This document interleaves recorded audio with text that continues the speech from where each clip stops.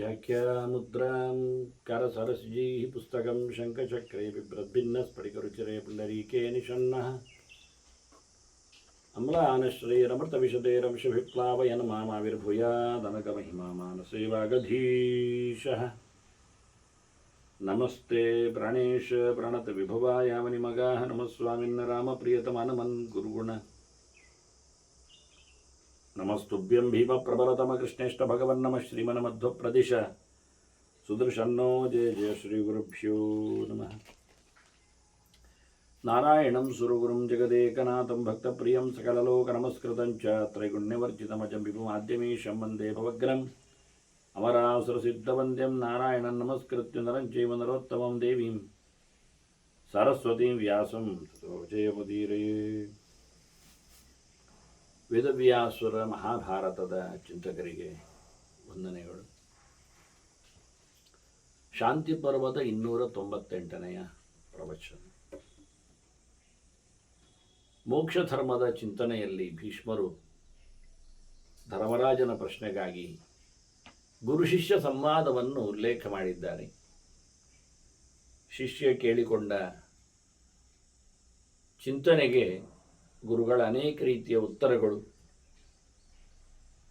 ಮತ್ತು ಅದರಲ್ಲಿ ಬ್ರಹ್ಮಚರ್ಯದ ಒಂದು ಶುದ್ಧವಾದ ಚಿಂತನೆಯೊಂದೊಂದು ವಿಚಿತ್ರವಾದ ನೆಲೆಯಲ್ಲಿ ಲೌಕಿಕವಾದ ಶಬ್ದಗಳ ಯೋಚನೆ ಬರುವಂತೆ ಆಧ್ಯಾತ್ಮಿಕವಾದ ರಹಸ್ಯವನ್ನು ಉಲ್ಲೇಖ ಮಾಡತಕ್ಕಂಥ ನಿಷ್ಕಲ್ಮಶವಾದ ಬ್ರಹ್ಮಚರ್ಯದ ಬಗ್ಗೆ ಚಿಂತನೆಯನ್ನು ಕೊಟ್ಟಿದ್ರು. ಇದನ್ನು ನಡೆಸುವುದು ಹೇಗೆ ಅನ್ನುವುದರ ಬಗ್ಗೆ ಒಂದು ಸುಂದರವಾದ ಉಪಾಯ. ನಿಷ್ಕಲ್ಮಷಂ ಬ್ರಹ್ಮಚರ್ಯಂ ಇಚ್ಛತ ಚರಿತುಂ ಸದಾ.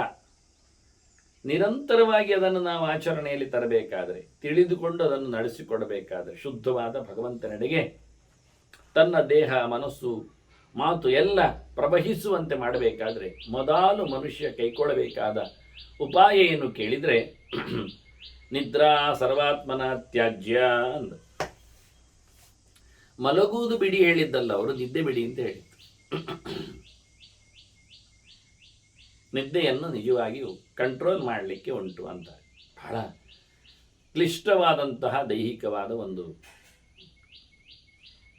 ಸಮಸ್ಯೆ, ವಾಸ್ತವ. ಇದು ಹೌದೋ ಆಗ್ಬೋದೋ ಹೇಗೋ ಎಲ್ಲ ಅಭ್ಯಾಸದಿಂದ ಎಲ್ಲ ಕೃಷ್ಣ ಹೇಳಿದಾಗ ಅಭ್ಯಾಸ ಏನದಕ್ಕೆ ವೈರಾಗ್ಯೇಣ ಚ ಅನ್ನೋದ್ರಿಂದ ಆಗ್ತದೆ. ಇದರ ಬಗ್ಗೆ ಬಹಳಷ್ಟು ಕೆಲವು ಮಾಹಿತಿಗಳನ್ನು ಗುರು ಇಲ್ಲಿ ಕೊಡ್ತಾನೆ. ಸೂಕ್ಷ್ಮವಾಗಿ ಚಿಂತನೆ ಮಾಡುವವರಿಗಿದ್ರೆ ಅದನ್ನು ಯೋಚನೆ ಮಾಡಲಿಕ್ಕೆ ಬರ್ತದೆ. ಯಾಕೆ ಕೇಳಿದರೆ ಸ್ವಪ್ನ ದೋಷ ಮಮೇಕ್ಷದ ಅಂತ ಒಂದು ಶಬ್ದ ಆಗ್ತದೆ. ನಿದ್ದೆ ಮಾಡಲಿಕ್ಕೆ ಹೋದರೆ ಸ್ವಪ್ನ ಬೀಳ್ತದೆ ಅಂತ.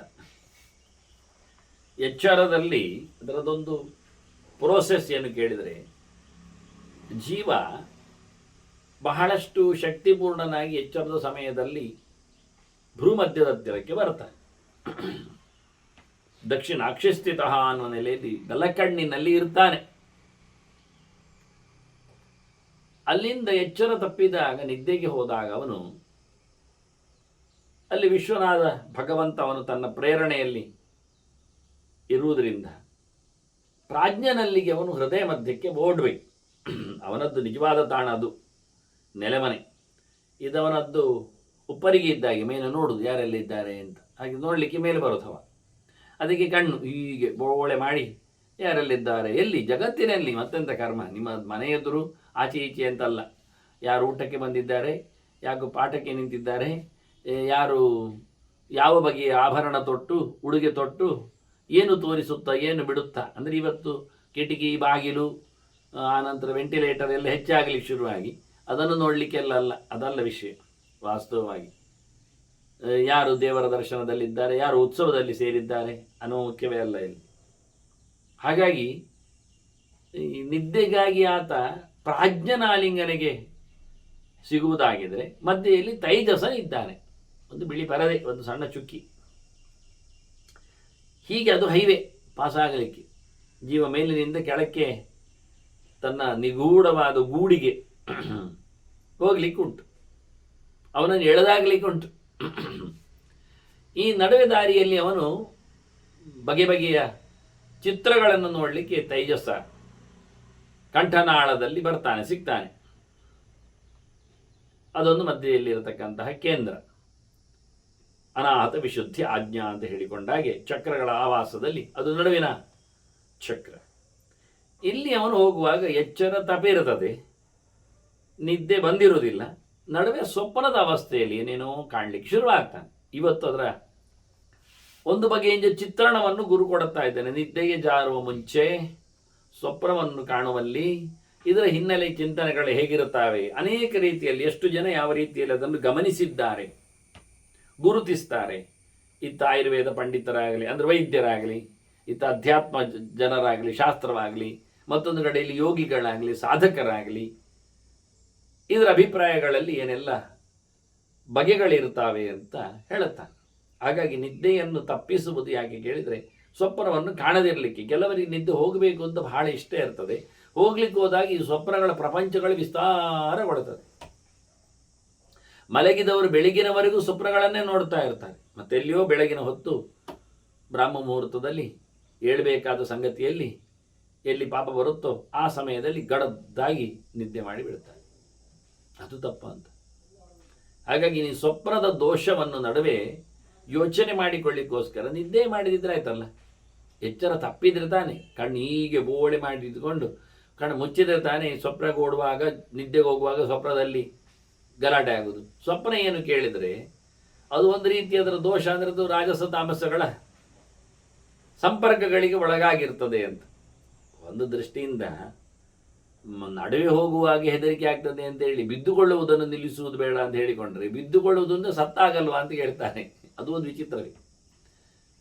ಹಾಗಾಗಿ ಎಚ್ಚರ ಇದ್ದಾಗ ಸತ್ವ ಪ್ರವೃತ್ತಿಯನ್ನು ಮಾಡಲಿಕ್ಕೆ ಬರ್ತದೆ, ನಿದ್ದೆಯಲ್ಲಿದ್ದಾಗ ಏನು ಮಾಡಲಿಕ್ಕೆ ಆಗದೆ ತಾಮಸನಾಗಿ ಹೋಗ್ತಾನೆ. ತಮೋಗುಣಗಳ ಪ್ರಭಾವ ಅಂದರೆ ಇಡೀ ದಿನ ಅರ್ಧಕ್ಕರ್ಧ ದಿನ ನಿದ್ದೆಯಲ್ಲಿದ್ದರೆ ಅರ್ಧಕ್ಕರ್ಧ ದಿನ ಅವನು ತಮೋಗುಣದಲ್ಲಿದ್ದಾನೆ ಅಂತ ಅರ್ಥ. 3 ಗುಣದಲ್ಲಿ ವ್ಯಾಪಾರದಲ್ಲಿ ದಿನಕ್ಕೆ 24 ಗಂಟೆಯಲ್ಲಿ ಯಾವುದರ ಗುಣವಾದ ಅನುಸಂಧಾನದಲ್ಲಿ ಕೆಲಸ ಮಾಡಿದ್ದಾನೆ ಅದನ್ನು ಮಾರ್ಕ್ ಆಗಲಿಕ್ಕೆ ಉಂಟು. ಸತ್ಯ ಹೇಳಿದರೆ ಅವನು ಒಂದು ಮಾತಿನಲ್ಲಿ ಸಾತ್ವಿಕನಾಗಿದ್ದಾನೆ ಅಂತ ಅರ್ಥ, ಸುಳ್ಳು ಹೇಳಿದರೆ ತಾಮಸನಿದ್ದಾನೆ ಅಂತ ಅರ್ಥ. ಸತ್ಯ ಗೊತ್ತಿದ್ದರೂ ಸುಳ್ಳು ಹೇಳದಿದ್ದರೂ ಸುಮ್ಮನೆ ತಟಸ್ಥನಾಗಿ ಬಿಟ್ಟರೆ ಅವನು ರಾಜಸನಾದ ಅಂತ ಅರ್ಥ. ಹೀಗೆ ಇಡೀ ದಿನದಲ್ಲಿ ಮಾತಿನಲ್ಲಿ, ಕೃತಿಯಲ್ಲಿ, ನಡೆಯಲ್ಲಿ, ನುಡಿಯಲ್ಲಿ, ನೋಡುವುದರಲ್ಲಿ ಎಲ್ಲದರಲ್ಲಿಯೂ ಅವನಿಗೆ ಗುಣತ್ರಯದ ಚಿಂತನೆ ಮಾಡ್ತಾ ಮಾಡ್ತಾ ಬಂದರೆ ಒಟ್ಟು ಮೊತ್ತದಲ್ಲಿ ಎಷ್ಟು ಗುಣದ್ದು ಏನಾಯಿತು. 24 ಗಂಟೆ ಒಟ್ಟು ರೇಷಿಯೋ ತಗೊಂಡ್ರೆ ನಿದ್ದೆ ಪೂರ್ತಿ ರಾತ್ರಿ ಉಂಟಲ್ಲ, ಏನಾದರೂ 8 ಗಂಟೆಯೋ 6 ಗಂಟೆಯೋ 10 ಗಂಟೆಯೋ 12 ಗಂಟೆಯೋ ನಿದ್ದೆ ಮಾಡುವವರ ಸ್ವಭಾವ ಬಿಡಿ. ಮತ್ತು ಎದ್ದೇನು ಮಾಡುವುದಿಲ್ಲ, ಅವ್ರು ಮಾಡಿದ್ರು ದೊಡ್ಡ ಸಂಗತಿ ಅಲ್ಲ. ಎದ್ದು ಸುಮ್ಮನೆ ವರಾಂಡದಲ್ಲಿ ಕೂತ್ಕೊಳ್ಳೋದು. ಕೇಳಿದರೆ ಅದು ನಿದ್ದೆ ಬರೋದಿಲ್ಲ ಅಂತಾರೆ ನೋಡಿ. ಅಲ್ಲಿ ಕೂತು ಮಾಡೋದು ತಾಮಸ, ಇಂಥ ಯೋಚನೆ ಮಾಡ್ತಾ ಇರ್ತಾರೆ. ಯಾರ ತಲೆ ಹೊಡೆಯುವುದು, ಎಷ್ಟು ಕಣ್ಣು ಹಾಕುವುದು, ಪ್ರಯೋಜನ ಇಲ್ಲದಾಯ್ತು ಮಾಡ್ತೀವಿ. ಅದರಿಂದ ಎಕ್ಸ್ಟೆನ್ಷನ್ ಕಾಡೋದು ನಿದ್ದೆದ್ದು. ಬರೋ ಮುಂಚೆ ಕೆಲವರು ಹಾಗೆ ನಿದ್ದೆ ಬರೋವರೆಗೆ ಕೂತ್ಕೊಳ್ಳೋದೊಂದು ಮಾಡಿದ್ದೇನೆ ಟಿ ವಿ ಹತ್ತಿರ ಅಂತಾರೆ. ಹೇಗೂ ಫ್ರೀ ಕರೆಂಟ್ ಕೊಡ್ತಾರೆ ಅವರು, ಹಾಗಾದರೆ ಹಾಕಿ ಇಡುದು ತನ್ನಷ್ಟಕ್ಕೆ.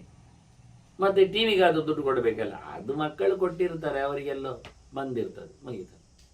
ಹೀಗಾಗಿ ಮನುಷ್ಯ ಎಳೆದು ಎಳೆದು ಎಳೆದು ನಿದ್ದೆಯನ್ನು ಆಚೆ ಈಚೆ ಟೊಪ್ಪಿ ಅದಕ್ಕೆ ಬಾಲ ಕೊಂಬು ಎಲ್ಲ ಸಿಕ್ಕಿಸಿ ಊಟ ಮಾಡ್ತಾನೆ. ಆರದ್ಯದ್ದೋಗು 12 ಗಂಟೆವರೆಗೆ ಇಳಿತಾನೆ. ಹಾಗಾದರೆ 12 ಗಂಟೆ ದಿನವಹಿ ತಮಸ್ಸಾದರೆ ಮತ್ತು ಉಳಿದ ಕಥೆ ಎಂಥದ್ದು 12 ಗಂಟೆಯಲ್ಲಿ. ಇನ್ನು ರಾಜಸವನ್ನು ಊಟ ಮಾಡುವುದು, ಊಟಕ್ಕಾಗಿ ತಯಾರು ಮಾಡೋದು, ಆದ ನಂತರ ಊಟವನ್ನು ಕರಗಿಸಿಕೊಳ್ಳುವುದು, ಕರಗಿಸಿಕೊಂಡದ್ದನ್ನು ಮತ್ತೆ ಶುಚಿರ್ಗಳಿಸುವುದು, ಇದೆಲ್ಲ ರಾಜಸ ಆಯಿತು. ಇದರಲ್ಲೇನು ನಿಮಗೆ ಸಾತ್ವಿಕ ಸಿಗುವುದಿಲ್ಲ.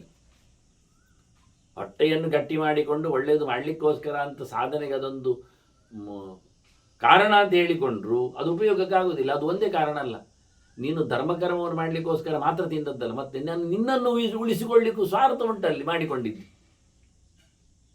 ದೇವರ ಸೇವೆಗಾಗಿ ಮಾತ್ರ ತಿನ್ನುವುದಾಗಿದ್ದರೆ ನಿನ್ನ ದೇಹದ ಧರ್ಮವನ್ನು ನಡೆಸಲಿಕ್ಕೆ ಯಾಕೆ ತಿಂದದ್ದು? ಮೈನಸ್ ಮಾಡಿ ಇಲ್ಲ. ಅದನ್ನು ತಿಂದದ್ದು ಪೂರ್ತಿ, ಅದಕ್ಕೆ ತಯಾರು ಮಾಡಿದ್ದು ಪೂರ್ತಿ, ಅದಕ್ಕೆ ಒದ್ದಾಡಿದ್ದು ಪೂರ್ತಿ, ಅದರ ನಂತರದ್ದು ಪೂರ್ತಿ ಅದು ರಾಜಸದಲ್ಲಿ ಸೇರ್ತದೆ. ಜಪ, ತಪ, ಅನುಷ್ಠಾನ, ಓದು, ಅಧ್ಯಯನ, ಇಲ್ಲಿ ಅದಿಂಥ ಸಂದರ್ಭಗಳಿದ್ದರೆ ಸ್ತೋತ್ರ, ಪಾರಾಯಣ ಇದೆಲ್ಲ ಸಾತ್ವಿಕಕ್ಕೆ ಬರ್ತದೆ. ಅದೆಷ್ಟು ಗಂಟೆ ಲೆಕ್ಕ ಹಾಕಿ.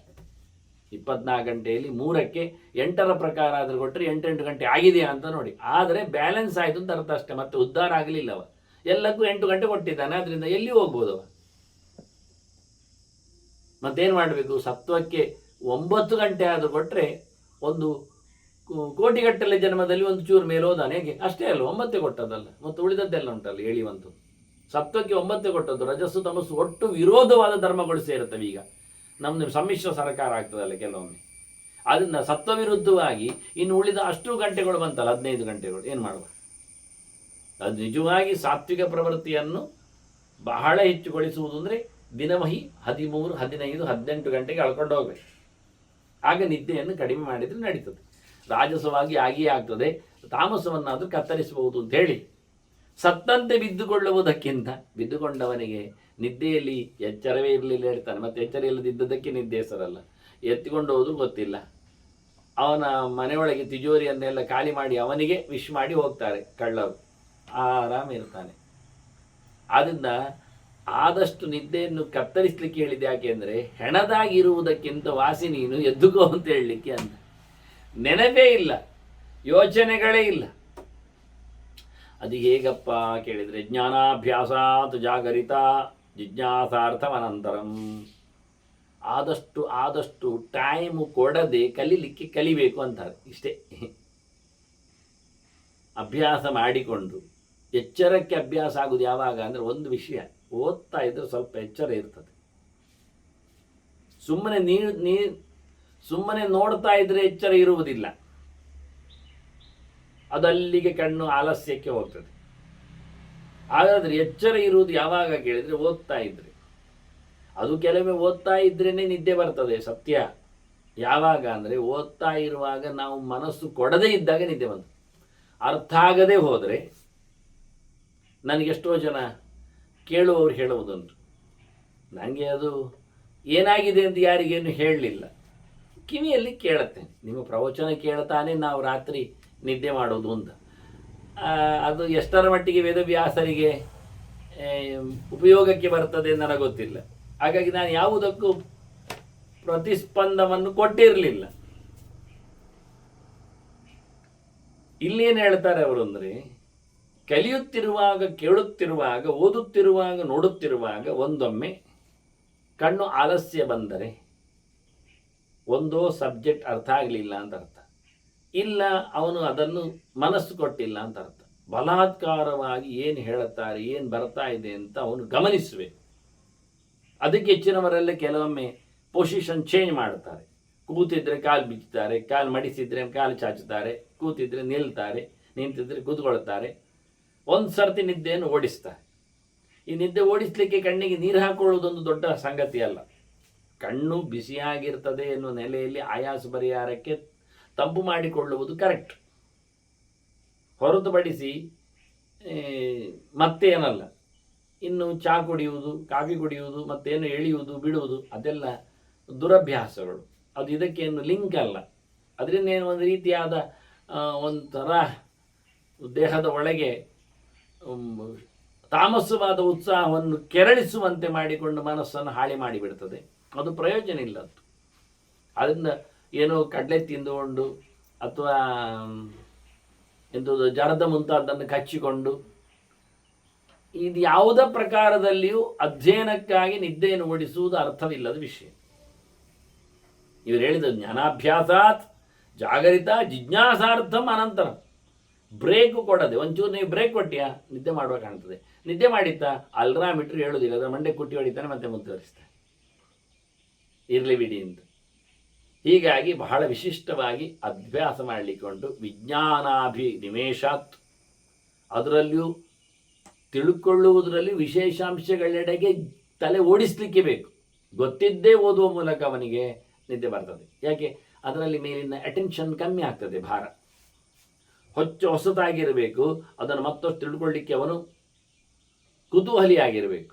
ಎಂತಾಯಿತು ಅಂತ ಗೊತ್ತಾಗಬೇಕು. ಅದಕ್ಕೆ ಅಂತಾಗಿದ್ದು ವಿಜ್ಞಾನಾಭಿನಿವೇಶಾತ್.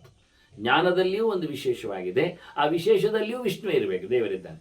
ದೇವರ ಬಗೆಗೆ ಒಂದೊಮ್ಮೆ ನೀನು ಎಚ್ಚರಗೊಳ್ಳುತ್ತಾ ಓದ್ತಾ ಚಿಂತನೆ ಮಾಡ್ತಾ ನಿಂತರೆ ನಿನಗೆ ನಿದ್ದೆ ದೂರ ಆಗ್ತದೆ. ಯಾಕೆ? ದೇವರು ನಿದ್ದೆಯನ್ನು ದೂರ ಮಾಡಲಿಕ್ಕೆ ಸಮರ್ಥರಿದ್ದಾರೆ.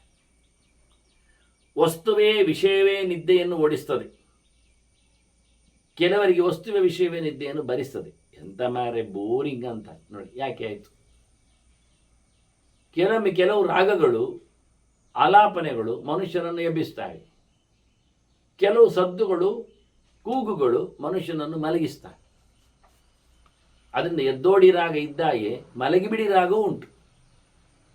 ಜೋಗುಳೆಲ್ಲ ಹಾಗೆ ಅಲ್ವ, ಮಗುವಿಗೆ ಎಷ್ಟು ಚಂದ ನಿದ್ದೆ ಬರ್ತದೆ ನೋಡಿ. ನೀವೆಂಥ ಟೋನಲ್ಲಿ ಎಷ್ಟು ಗಟ್ಟಿಯಾಗಿ ಹಾಡಿರಿ. ಅಲ್ಲಿಗೆ ಉದಯ ರಾಗವೇ ಬೇರೆ ಮತ್ತು ನಿದ್ರೆ ರಾಗವೇ ಬೇರೆ, ಅಸ್ತರಾಗವೇ ಬೇರೆ. ಅದರಂತೆ ವಿಷಯಗಳು ಕೆಲವೊಮ್ಮೆ ವ್ಯಕ್ತಿಯನ್ನು ತನ್ನಷ್ಟಕ್ಕೆ ಮಲಗಿಸಿಬಿಡ್ತವೆ, ಬಾಗಿಲು ಹಾಕುವ ಹಾಗೆ ಮಾಡ್ತವೆ. ಆದ್ದರಿಂದ ವಿಷಯದಲ್ಲಿ ಭಗವಂತ ಸಂಚರಿಸಲಿ, ಹೊಸ ಸಂಗತಿಗಳು ಮೂಡಿಬರಲಿ, ಆಗ ಆದಷ್ಟು ನಿದ್ದೆ ಕಡಿಮೆ ಆಗಲಿಕ್ಕೆ ಆಗ್ತದೆ. ವಿಜ್ಞಾನಾಭಿನಿವೇಶಾತ್ತು ಸ ಜಾಗರತಿ ಅನಿಶಂ ಸದಾ. ಅವನು ಯಾವತ್ತೂ ಎಚ್ಚರ ಇರ್ತಾನೆ. ಅದೆಂಥದ್ದು ಅನಿಶಂ ಅಂದರೆ ಯಾವಾಗಲೂ ಅಂತ ಅರ್ಥ ಸಂಸ್ಕೃತದಲ್ಲಿ. ಸದಾ ಅಂತದ್ದು ಎರಡು ಅವ್ಯವೇ, ಯಾವಾಗಲೂ ಅಂತ ಯಾವಾಗಲೂ ಎಚ್ಚರಿಸ್ತಾನೆ ಅಂದರೆ ಅದು ಕೆಲವೇ ಎರಡೆರಡು ಸತಿ ಹೇಳುವುದುಂಟ್ರಿ. ಎರಡೆರಡು ಸತಿ ಹೇಳುವಾಗ ಒಂದು ವಿಷಯ ನೆನಪಿಟ್ಟುಕೊಳ್ಳಿ, ಹೇಳಿದ್ದನ್ನೇ ಹೇಳುವುದು ಹೊರತು ಹೇಳದ್ದನ್ನಲ್ಲ. ಪುನರುಕ್ತಿ ಅನ್ನೋದು, ಈಗ ನಮೋ ನಮಸ್ತೆ ಅಂತ ಹೇಳೋದು, ನಮಸ್ಕಾರ ಅಂತೆ, ಅದು ಒಂದೇ. ಅದೇ ಅದರ ಬದಲಿಗೆ ನಮಸ್ತೆ, ವಂದನಂ, ಪ್ರಣಮಾಮಿ ಹೀಗೆಲ್ಲ ಹೇಳಿದರೆ ಅರ್ಥ ಬೇರೆ ಉಂಟು ಅಂತ ಅರ್ಥ. ಪುನರುಕ್ತಿಗೆ ಎರಡು ಶಬ್ದಗಳು ಒಂದೇ ರೀತಿ ಇದ್ದರೆ ಮಾತ್ರ. ಒಂದೇ ವಿಷಯದಲ್ಲಿ ಎರಡು ಶಬ್ದಗಳ ಪ್ರಯೋಗ ಮಾಡಿದರೆ ಅದರಲ್ಲಿ ಅರ್ಥ ವಿಶೇಷ ಇದೆ ಅಂತ ಅರ್ಥ, ಬೇರೆ ಯೋಚನೆ ಮಾಡಲಿಕ್ಕೆ ಉಂಟು ಅಂತ ಅರ್ಥ. ಅದನ್ನು ಪುನರುಕ್ತಿ ಅಂತ ಹೇಳೋದಿಲ್ಲ. ಅದನ್ನು ಇಲ್ಲಿ ಹೇಳುವಾಗ ಸಜಾಗರ್ತಿ ಅನಿಶಂ ಸದಾ, ಅವನು ಯಾವತ್ತೂ ಎಚ್ಚರ ಇರ್ತಾನೆ. ಅದು ನಾನು ಯಾವತ್ತು ಹೇಳಿದ್ದು ನಾನು. ಅನಿಶಂಗೂ ಸದಾಕ್ಕೂ ಲೆಕ್ಸಿಕಲ್ ಮೀನಿಂಗಲ್ಲಿ ಆಗಲ್ಲ. ಇದು ಇಂಥದ್ದು ಕೆಲವೆಲ್ಲ ಗಡ್ಸು ಬರುವುದು, ಮಧ್ಯೆಯಲ್ಲಿ ಎಡವುದು ಎಲ್ಲ. ಹಾಗಾಗಿ ಇಲ್ಲಿ ವಾದರಾಜ ಹೇಳ್ತಾರೆ ಅನಿಶಂ ಅಂದರೆ ರಾತ್ರಿಯನ್ನು ಸೇರಿ ರಾತ್ರಿ ಬಿಟ್ಟು ಅಂತ ಅರ್ಥ ಅಂತ ಹೇಳ್ತಾರೆ. ನಿಶಾ ಅಂದರೆ ರಾತ್ರಿ, ಅನಿಶಂ ಅಂದರೆ ರಾತ್ರಿ ಇಲ್ಲದೆ ಅಂತ, ಅಂದರೆ ನಿದ್ದೆ ಇಲ್ಲದೆ ಅಂತ. ಜಾಗೃತಿ ಅನಿಶಂ ಸದಾ ಅಂತ. ಕೆಲವರು ನಿದ್ದೆಯಲ್ಲಿ ಇಡೀ ಇರ್ತಾರೆ, ಅವರು ತೂಕಡಿಸ್ತಾನೆ ಇರ್ತಾರೆ, ಅದು ಪ್ರಯೋಜನ ಇಲ್ಲ. ಎಚ್ಚರ ತಪ್ಪುವಂಥದ್ದು ಹೋದರೆ ಪೂರ ನಿದ್ದೆ ಅಂತಲೇ ಅರ್ಥ. ಅದಾಗಲಿಲ್ಲ. ಅದೊಂದು ಕರೆಕ್ಟಾಗಿ ಸಖತ್ತಾಗಿ ರಾತ್ರಿಯೂ ಎಚ್ಚರ ಇರು. ಎಚ್ಚರದಲ್ಲಿ ಎಚ್ಚರ ಅಂದರೆ ರಾತ್ರಿಯಲ್ಲಿಯೂ ಎಚ್ಚರ ಅಂತ ಆದರೆ ಈ ರೀತಿಯಲ್ಲಿ ಆಗ್ತದೆ ಅಂತ ಹೇಳಿ.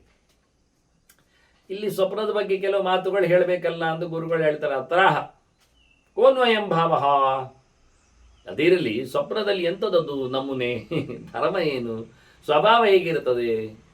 ಇಲ್ಲಿ ಜನ ಅದರ ಬಗ್ಗೆ ಯೋಚನೆ ಮಾಡ್ತಾರೆ, ತಿಳಿತಾರೆ, ಹೇಳ್ತಾರೆ, ಹೇಳುವವರಿದ್ದಾರೆ, ಶಾಸ್ತ್ರಗಾರರು ಮಾತಾಡ್ತಾರೆ. ಸ್ವಪ್ನೇ ವಿಷಯವಾನಿವ ಸ್ವಪ್ನದಲ್ಲಿ ಅವನಿಗೆ ವಿಷಯ ಸಂಪರ್ಕ ಇದ್ದಾಗೆ ಕಾಣುವುದಿಲ್ವಾ. ಕೆಲವರು ಸ್ವಪ್ನದಲ್ಲಿ ಊಟ ಮಾಡ್ತಾರೆ, ಊಟ ಮಾಡಿದರೆ ಆರೋಗ್ಯ ಕೆಡುತ್ತೆ ಅಂತ ಅರ್ಥ, ಅದರದ್ದು ಲಕ್ಷಣ. ಗಮ್ಮತ್ತಲ್ಲಿ ಊಟಕ್ಕೆ ಕೂತ್ಕೊಳ್ತಾರೆ, ಸಖತ್ತು ಹೊಡಿತಾರೆ. ನಮ್ಮೊಬ್ಬ ವ್ಯಕ್ತಿ ಇದ್ದ, ಅವ ಸ್ವಪ್ನದಲ್ಲಿ ಯೋಚನೆ ಅವನಿಗೆ ಬಹಳ ಮೂಢ ದಡ್ಡ ಒಂದು ರೀತಿಯಿಂದ. ಅವನಿಗೆ ಮದುವೆ ಆಗಬೇಕು ಅಂತ ಯಾವಾಗಲೂ ಎಚ್ಚರದಲ್ಲಿ ಅವು ಕೂಗುವುದು. ದಡ್ಡ ಆದ್ರಿಂದ ಏನು ಇಲ್ಲದೆ ಇರೋದ್ರಿಂದ ಅವನಿಗೆ ಯಾರು ಹುಡುಗಿ ಕೊಟ್ಟು ಇಲ್ಲ, ನಮೂನೆ ಇಲ್ಲವ.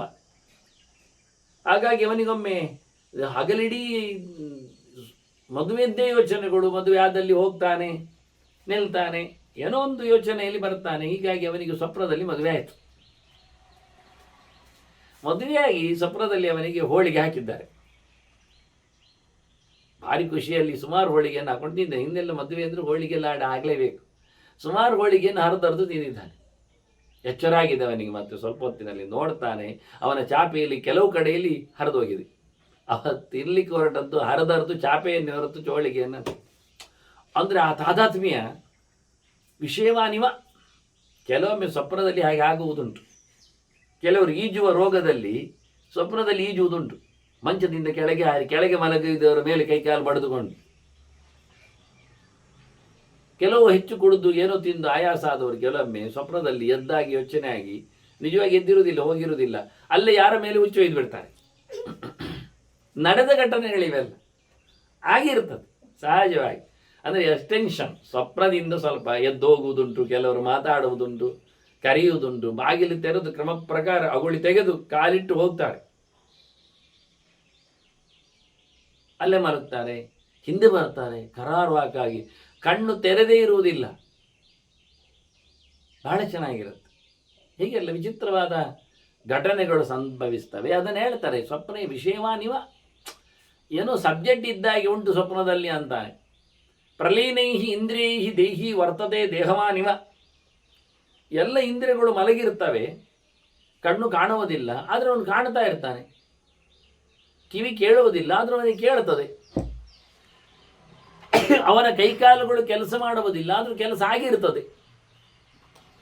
ಇದೆಂಥದ್ದು ಕೇಳ್ತಾನೆ. ಇದು ಹೇಗಿದಾಗ್ತದೆ? ಹೊಸ ದೇಹವನ್ನು ಹೊತ್ತು ತಿರುಗಿ ಬಂದಾಗಿ ಅಲ್ಲೇ ಇದ್ದಾನೆ ಮಲಗಿ, ಎಲ್ಲಿ ಹೋಗಿ ಬಂದಾಗಿ ಇರ್ತದೆ. ಅದಕ್ಕೆ ಎಂತ ಹೇಳ್ತೀರಿ? ಅತ್ರೋಚ್ಯತೆ. ಇಲ್ಲಿ ನಾವು ಮಾತಾಡ್ತೇವೆ ಅಂತ ಸ್ವಲ್ಪ ಸ್ವಪ್ನದಲ್ಲಿ ದೇವರ ವ್ಯಾಪಾರ ಕಂಡವರು ಹೇಳ್ತಾರೆ, ಮುಂದುವರಿದವರು. ಯಥಾಹ್ಯೇತದ್ ವೇದ ಯೋಗೇಶ್ವರೋ ಹರಿಹಿ. ಇದರ ಬಗ್ಗೆ ಎಲ್ಲ ಗೊತ್ತಿದ್ದವನೊಬ್ಬ ಇದ್ದಾನೆ. ಯಾರು? ದೇವರು, ಯೋಗೇಶ್ವರ. ಅವನು ಅದೆಂಥದಕ್ಕೆ ಯೋಗೇಶ್ವರ ಹೇಳಿದ್ದು? ಅದು ಅವನ ಯೋಗ. ನಮಗೆಲ್ಲ ಏನು ಗೊತ್ತು? ಆಗಲಾರದೆ ಹೇಳಲಾಗದ ಸಂಗತಿಗಳೆಲ್ಲ ಯೋಗ ಸಿದ್ಧಿಯಲ್ಲಿ ಸಂಪಾದನೆಗೊಳ್ಳುವಂಥದ್ದು ಅಂತ. ಅಲ್ಲ, ಯೋಗಿಗಳು ಸ್ವಲ್ಪ ಒಳಗಿನ ವ್ಯವಸ್ಥೆಯನ್ನು ಅಲ್ಲಾಡಿಸುವವರು, ಮಾತಾಡಿಸುವವರು, ಜೊತೆಯಲ್ಲಿ ಓಡಾಡುವವರು ಇಟ್ಟುಕೊಳ್ಳುವ. ಅವರಿಗೆ ನಾಡಿ ಕೇಂದ್ರಗಳು ಗೊತ್ತು, ನಾಡಿಯಲ್ಲಿ ಸಂಚರಣಶೀಲವಾದ ಸ್ವಭಾವಗಳ ಬಗ್ಗೆ ಗೊತ್ತು ಅವರಿಗೆ. ಅಲ್ಲೂ ಸರಿಯಾದ ಯೋಗಿಗಳಾದರೆ ಅವರಲ್ಲಿ ಅಂತಹ ಒಂದು ತಾತ್ಪರ್ಯ, ಅವರಲ್ಲಿ ಅಂತಹ ಒಂದು ನಮೂನೆಯ ಸಿದ್ಧಿ, ಅದಕ್ಕೆ ಬೇಕಾಗಿರೋ ಸಾಧನೆಗಳು ಇರ್ತಾರೆ. ಅಲ್ಲಿ ಪರಮೋಚ್ಚನಾದವ ದೇವರು ಯೋಗೇಶ್ವರ. ಇಲ್ಲಿ ಯೋಗೇಶ್ವರ ಶಬ್ದವನ್ನು ಪ್ರಯೋಗ ಮಾಡಲಿಕ್ಕೆ ಗುರು ಕಾರಣ, ಯೋಗ ಅಂದರೆ ಸಂಬಂಧ ಅಂತ ಅರ್ಥ. ಯೋಗೆ ಯೋಗ ಅಂದರೆ ಪರಮೋಚ್ಚವಾದ ಶಬ್ದಾರ್ಥವೇ ಯೋಗಶಾಸ್ತ್ರಕ್ಕೇನೆ ಮನಸ ಬ್ರಹ್ಮ ಸಂಯೋಗ ಯೋಗ ಇತ್ಯಭಿಧೀಯತೆ ಅಂತ. ಜೀವ ತನ್ನ ಮನಸ್ಸನ್ನು ಭಗವಂತನಲ್ಲಿ ಸಂಪರ್ಕಿಸುವುದು ಯೋಗ ಅಂದರೆ. ಸಂಯೋಗ ಅಂತ ಅರ್ಥ. ಆ ಸಂಯೋಗಕ್ಕೆ ಬೇಕಾಗಿರತಕ್ಕಂಥ ರೆಡಿ ಏನಿದೆ, ಆಚರಣೆಗಳು, ಅದು ಪ್ರಯೋಗಗಳು. ಪ್ರಧಾನ ಯೋಗಕ್ಕಾಗಿ, ಭಗವತ್ ಸಂಯೋಗಕ್ಕಾಗಿ ಮನಸ್ಸಿನಿಂದ ಜೀವ ತನ್ನ ಬಿಂಬನ ಅಥವಾ ತನಗೆ ಬೇಕಾದವನ ಭಗವಂತನ ದರ್ಶನ ಮಾಡಲಿಕ್ಕೆ ಹೋಗಿ ಅದಕ್ಕೆ ಸಂಬಂಧಪಟ್ಟಂಥ ಆಚರಣೆಯಲ್ಲಿ ತನ್ನ ದೈಹಿಕವಾದ, ಮಾನಸಿಕವಾದ, ವಾಚಿಕವಾದ ವ್ಯಾಪಾರಗಳಲ್ಲಿ ಪ್ರಯೋಗಗಳಿರುತ್ತವೆ. ಇದಕ್ಕೆ ಸಂಬಂಧಪಟ್ಟಂತೆ ಅಭಿಯೋಗಗಳು, ಅಭಿಯೋಜನೆ ಅಂತಾರಲ್ಲ, ಅಭಿಯೋಜಕರು ಅಂತ, ಅದು ಶಾಸ್ತ್ರ ಅಥವಾ ಸಂಬಂಧಪಟ್ಟವರು ತಿಳಿದವರು. ಹೀಗೆ ಇದು ಒಂದಿಷ್ಟು ಯೋಗ ಶಬ್ದದ ವಿಸ್ತಾರವಾದಂತಹ ಕೆಲವು ಘಟ್ಟಗಳು. ಹಾಗಾಗಿ ಇಂಥ ಎಲ್ಲ ಬಗೆಯ ಸಾಧನೆಗಳ ಅಂದರೆ ಉಪಾಯಗಳ ಮತ್ತು ಸಂಯೋಜನೆಗಳ ಪ್ರಯೋಗಗಳ ಆ ಬಳಿಕ ಅಪ್ಪಿಕೊಳ್ಳುವ ಮುಟ್ಟಿಕೊಳ್ಳುವ ಕಾಣಿಸಿಕೊಳ್ಳುವ ದೇವರ ಅನುಯಾಗದೆಡೆಗೆ ಅನುಯೋಗವನ್ನು ಯೋಗೇಶ್ವರ ಶಬ್ದದಿಂದ ಹೇಳುತ್ತಾನೆ.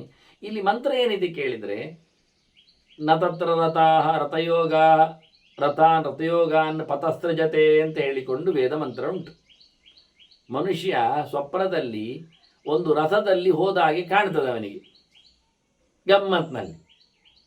ಕೆಲವರಿಗೆ ರಥ ಬರಬೇಕು ಹೋಗುವಾಗ ಅಂತ ಆಸೆ ಇರ್ತದೆ. ಈಗ ಕಾಲು ನೋವು, ಅದಕ್ಕೆ ಮೊದಲೇ ಯಮನಲ್ಲಿ ಚೀಟಿ ಹಾಕಿ ಬಿಡೋದು ಅವರು, ಹೋಗುವಾಗ ನನಗೊಂದು ಕಾರು ಕಳಿಸು ಆಯ್ತಾ, ಒಳ್ಳೆ ಕಥೆ ಆಯ್ತಲ್ಲ. ನಾನು ಹೇಳುವುದು, ಇವರಿಗೆ ನೆಲದಲ್ಲಿ ಹೋಗ್ತದೆ ಯಾರು ಹೇಳಿದ್ದು? ಗಾಳಿಯೊಡನೆ ಪ್ರಾಣವಾಯುವಿನ ಜೊತೆಯಲ್ಲಿ ಜೀವ ಸಂಚರಣ ಆಗುವಾಗ ಏಕ್ದಮ್ ಈ ಬೆಲೂನಲ್ಲಿ ತುಂಬಿದ್ದ ಗಾಳಿ ಒಮ್ಮೆಲೆ ಬಿಟ್ಟಾಗ ಏನಾಗ್ತದೆ ಹೇಳಿ? ಪೊಸ್ ಅಂತ ಗಾಳಿ ರಡ್ತದೆ. ಹಾಗೆ ಇದು ಒಂದು ಬೆಲೂನ್ ಇದ್ದಾಗ ಇಟ್ಕೊಳ್ಳಿ, ನಮ್ಮ ದೇಹ ನೋಡುವಾಗ ಹಾಗೆ ಕಾಣ್ತದೆ. ಕೆಲವರದ್ದು ಹಾಗೇ ಇರ್ತದೆ ಚಂದವಾಗಿ, ಒಳ್ಳೆ ಗ್ಯಾಸ್ ತುಂಬಿದ ಪುಗ್ಗದ ಹಾಗೆ. ಅದರಲ್ಲಿ ಒಮ್ಮೆಲೆ ಯಾವುದೋ ಒಂದು ಕಡೆ ಲೀಕೇಜ್ ಆದ ತಕ್ಷಣ ಗಾಳಿ ಹೋಗ್ತದೆ ಅಂದಾಗ ಒಳಗಿರತಕ್ಕಂಥ ಕೆಲವು ಹಿಂದೆಲ್ಲ ಪುಗ್ಗದಲ್ಲಿ 4 ಸಾಸಿವೆ ಕಾಳು ಹಾಕ್ತಿದ್ರು, ಕಿರಿಕಿರಿ ಶಬ್ದ ಆಗ್ತಿತ್ತು ಪುಗ್ಗ. ಹೊಟ್ಟೆ ಆದಾಗ ಸಾಸಿವೆ ಕಾಳು ರಟ್ಟಿ ಹೋಗ್ತದೆ ಗಾಳಿಯಲ್ಲಿ. ಹಾಗೆ ಜೀವ ಸಾಸಿವೆ ಕಾಳಿನಾಗೆ ರಟ್ಟಿ ಹೋಗ್ತಾನೆ. ಒಂದೇ ಸಾಸಿವೆ ಕಾಳು ಒಂದು ಪುಗ್ಗದಲ್ಲಿ ತಿಳ್ಕೊಳ್ಳಿ.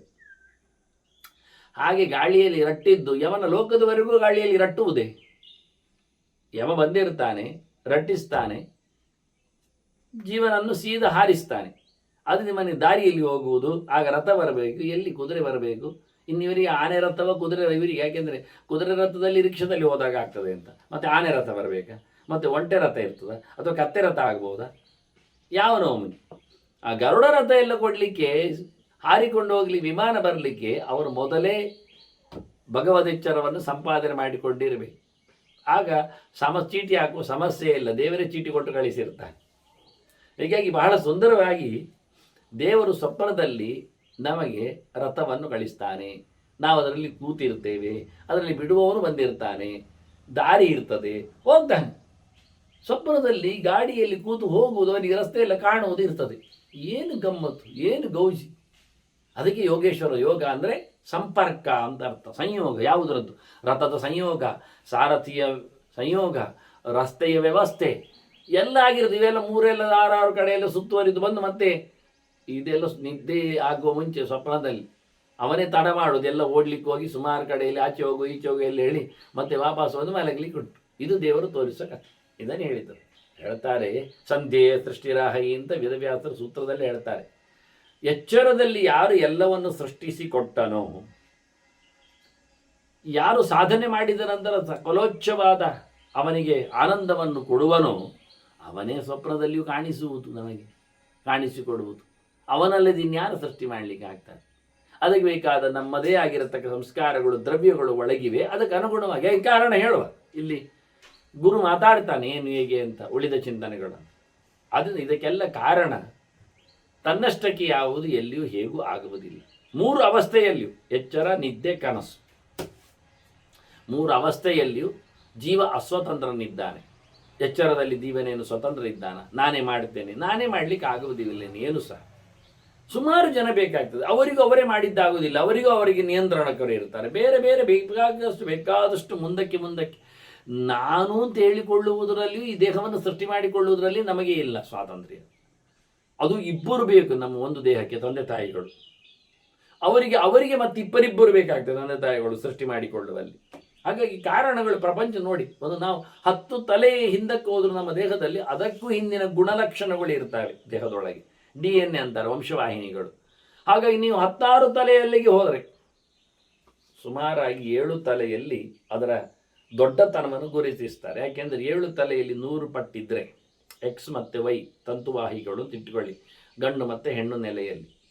ಹಾಗಾಗಿ ಅದರಲ್ಲಿ ತಂದೆ ಮತ್ತು ತಾಯಿ, ಇವರಿಬ್ಬರಲ್ಲಿ ತಾಯಿಯಲ್ಲಿ ಖಾಲಿ, ತಂದೆಯಲ್ಲಿ ಮಾತ್ರ ಆ ಗುಣಲಕ್ಷಣ, ಆ ಗೋತ್ರದ ಒಂದು ವಾಹ ತಂತು. ಆ ತಂದೆಯಿಂದ ಮಗನಿಗೆ ಬಂದಾಗ 1 ತಲೆ ಆಯಿತು. ಅಲ್ಲಿಗೆ ಅವನಿಂದ ಇಲ್ಲಿಗೆ ಬರುವಾಗ ಅರ್ಧದಷ್ಟು ಬಂತು. XYಯಲ್ಲಿ ಟ್ರಾನ್ಸ್ಫರ್ ಆದಾಗ 50% ಆಯಿತು ಅವನದ್ದು. ಅವನಲ್ಲಿ ಹೆಣ್ಣು ಸಂತಾನ ಎಷ್ಟು, ಗಂಡು ಸಂತಾನ ಇರಬಹುದು ಸಾಧ್ಯತೆ.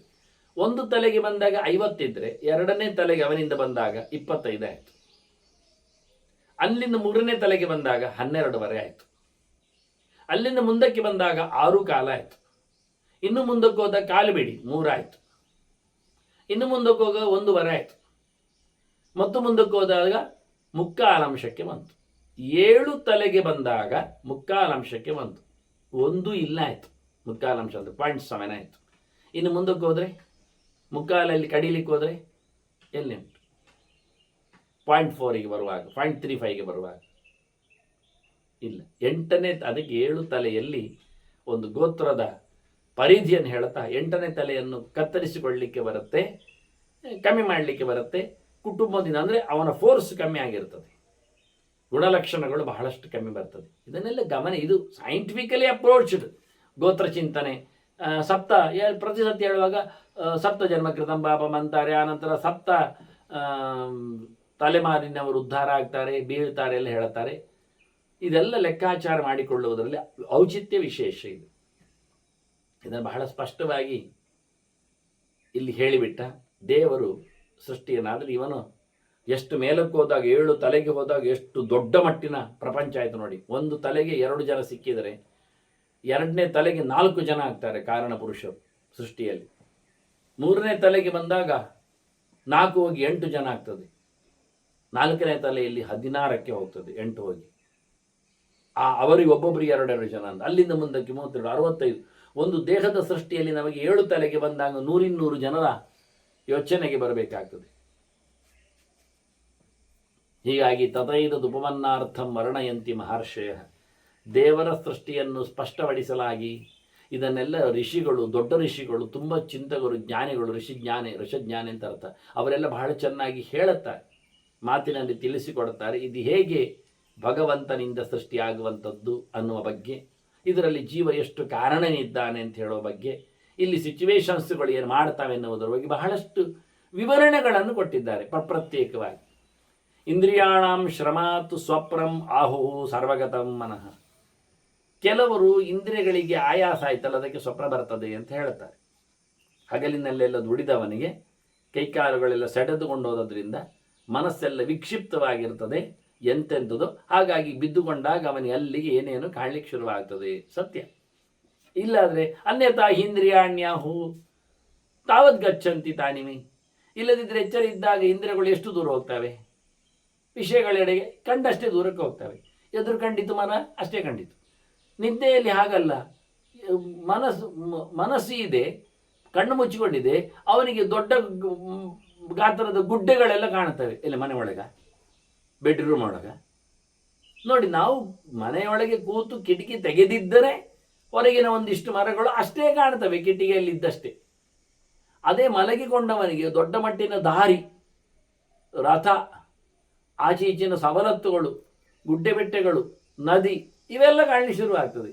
ಆದ್ದರಿಂದ ಎಚ್ಚರ ಇಲ್ಲ ಅಂತ ಅರ್ಥ. ಎಚ್ಚರ ಇದ್ದರೆ ಇಷ್ಟೇ ಕಾಣುವುದು, ಎಚ್ಚರ ಇಲ್ಲದಿದ್ದರೆ ಎಲ್ಲ ಕಾಣುತ್ತದೆ. ಇದರಿಂದ ಏನಾಯಿತು ಅವನಿಗೆ? ಅವನು ಬಹಳಷ್ಟು ಶ್ರಮ ವಹಿಸಿಕೊಂಡಿದ್ದಾನೆ, ಕೈಕಾಲುಗಳೆಲ್ಲ ಸೆಟೆದುಕೊಂಡಿವೆ, ಮನಸ್ಸೆಲ್ಲ ಮುದುರಿಬಿಟ್ಟಿದೆ. ಹಾಗಾಗಿ ಎಂಥದೋ ಕಾಣ್ತಾ ಉಂಟು ಅಂತ ಹೇಳಲಿಕ್ಕಾಗ್ತದೆ ಅಂತ. ಅತ್ರಾಹು ತ್ರಿತಯಂ ನಿತ್ಯಂ. ಇಲ್ಲಿನ್ನು ಹೇಳೋದು ಮಾತುಂಟು ಹೇಳಿದರೆ ಇಲ್ಲಿ 3 ಅಂಶ. ಒಂದು ಸತ್ಯ, 3 ಅಂಶ ಬೇಕು ನಿದ್ದೆಯಲ್ಲಿ ಆಗಲಿ ಸ್ವಪ್ನದಲ್ಲಿ ಆಗಲಿ. ಒಂದು ಪದಾರ್ಥ, ವಸ್ತು, ಆನಂತರ ಅದರ ಅರಿವು, ಏನು ಹೇಗೆ ಎಂಥದ್ದು ಅಂತ, ಅದಕ್ಕೆ ಸಂಬಂಧಪಟ್ಟಂತಹ ಪ್ರಯತ್ನ, ಅದರ ಅನುಭೋಗ, ಸುಖ ದುಃಖಗಳನ್ನು ಪಡಿತಾನೆ, ಸುಖಕ್ಕಾಗಿಯೋ ದುಃಖಕ್ಕಾಗಿಯೋ ಪ್ರಯತ್ನಿಸ್ತಾನೆ. ಇದು ಪ್ರಧಾನವಾದದ್ದು ವಿಷಯ, ಇದು ಸತ್ಯ ವಾಸ್ತವವಾಗಿ. ಇನ್ನು ಕೆಲವರು ಹೇಳ್ತಾರೆ ಅದತ್ಯ ಮಿತಿ ಚೇಚ್ಚನ. ಅದು ಹಾಗಲ್ಲ, ಅದು ಸ್ವಪ್ನದಲ್ಲಿ ಕಾಣುವುದಷ್ಟೇ. ಸ್ವಪ್ನದಲ್ಲಿ ಸಿಕ್ಕಿದ್ದು ದುಡ್ಡೆಲ್ಲಿ ಆದರೂ ಮರುದಿನ ನನಗೆ ಗಂಟು ಮುಟ್ಟೆ ಬಂದಿದೆ ಅಂತ ಯಾರದು ನೋಡ್ಲಿಕ್ಕೆ ಹೋಗ್ತಾರೆ, ಕನ್ನಡಿಯೊಳಿನ ಗಂಟಿನಂತೆ ಆಗ್ತದೆ ಅಂತ. ಆದರೆ ಸಿಗಬಾರದು ಅಂತ ಇಲ್ಲಲ್ಲ. ಸ್ವಪ್ನದಲ್ಲಿ ಯಾಕೆ ಕಂಡಿದೆ? ಏನೋ ಆಗ್ತದೆ ಅಂತ ಅರ್ಥ. It happens. ಸುಮ್ಮನೆ ನನಗೆ ಮಾತ್ರ ಯಾಕೆ ಕಾಣುವುದು? ಒಂದು ದುಡ್ಡಿನ ನಿಧಿಯ ಸೊತ್ತು ಇನ್ನೊಬ್ಬರು ಯಾಕೆ ಕಾಣಲಿಲ್ಲ?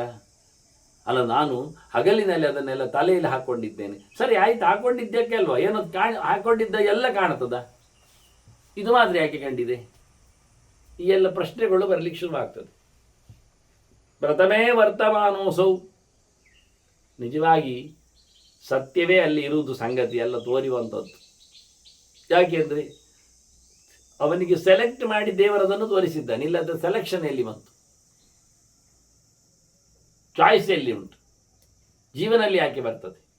ಹಾಗಿದ್ರೆ ಅವನು ಪ್ರತಿನಿತ್ಯವೂ ದುಡ್ಡಿನ ಇದು ಎಂಥದ್ದು ಚಿತ್ರವನ್ನೇ ನೋಡ್ತಾ ಕೂತ್ಕೊಳ್ತಿದ್ದ. ಮರ ಇದ್ದು, ದೊಡ್ಡ ಮೂಟೆ ಇದ್ದು, ದಿನ ಕಾಣುವಂತಾಗಲಿ. ಅಷ್ಟರಲ್ಲಿ ಆದರೂ ನಿದ್ದೆಯಲ್ಲಿ ಆದರೂ ಅವನಿಗೆ ಒಂದು ಸ್ವಲ್ಪ ಶ್ರೀಮಂತಿಗೆ ಇರಲಿ, ನೆಮ್ಮದಿ ಬರಲಿ. ಅದು ಬರೋದಿಲ್ಲ. ಇವತ್ತು ದೊಡ್ಡ ಮಟ್ಟಿನಲ್ಲಿ ಗುಡ್ಡೆ ಕಂಡವ, ನಾಳೆ ಹೇಸಿಗೆ ಗುಡ್ಡಿ ಕಂಡಾನವ. ದುಡ್ಡೊಂದು ಯೋಚನೆ ಮಾಡಿಕೊಂಡವ.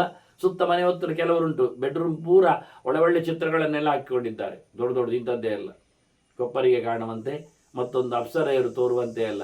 ಆದರೆ ಅವರಿಗೆ ರಾತ್ರಿ ಬೇಡದಿದ್ದದ್ದೇ ಕಾಣುತ್ತದೆ. ತಿಪ್ಪೆಗುಂಡಿಗಳದ್ದೇ ಅವರಿಗೆ ದರ್ಶನ ಒಂದು ದಿನವೂ.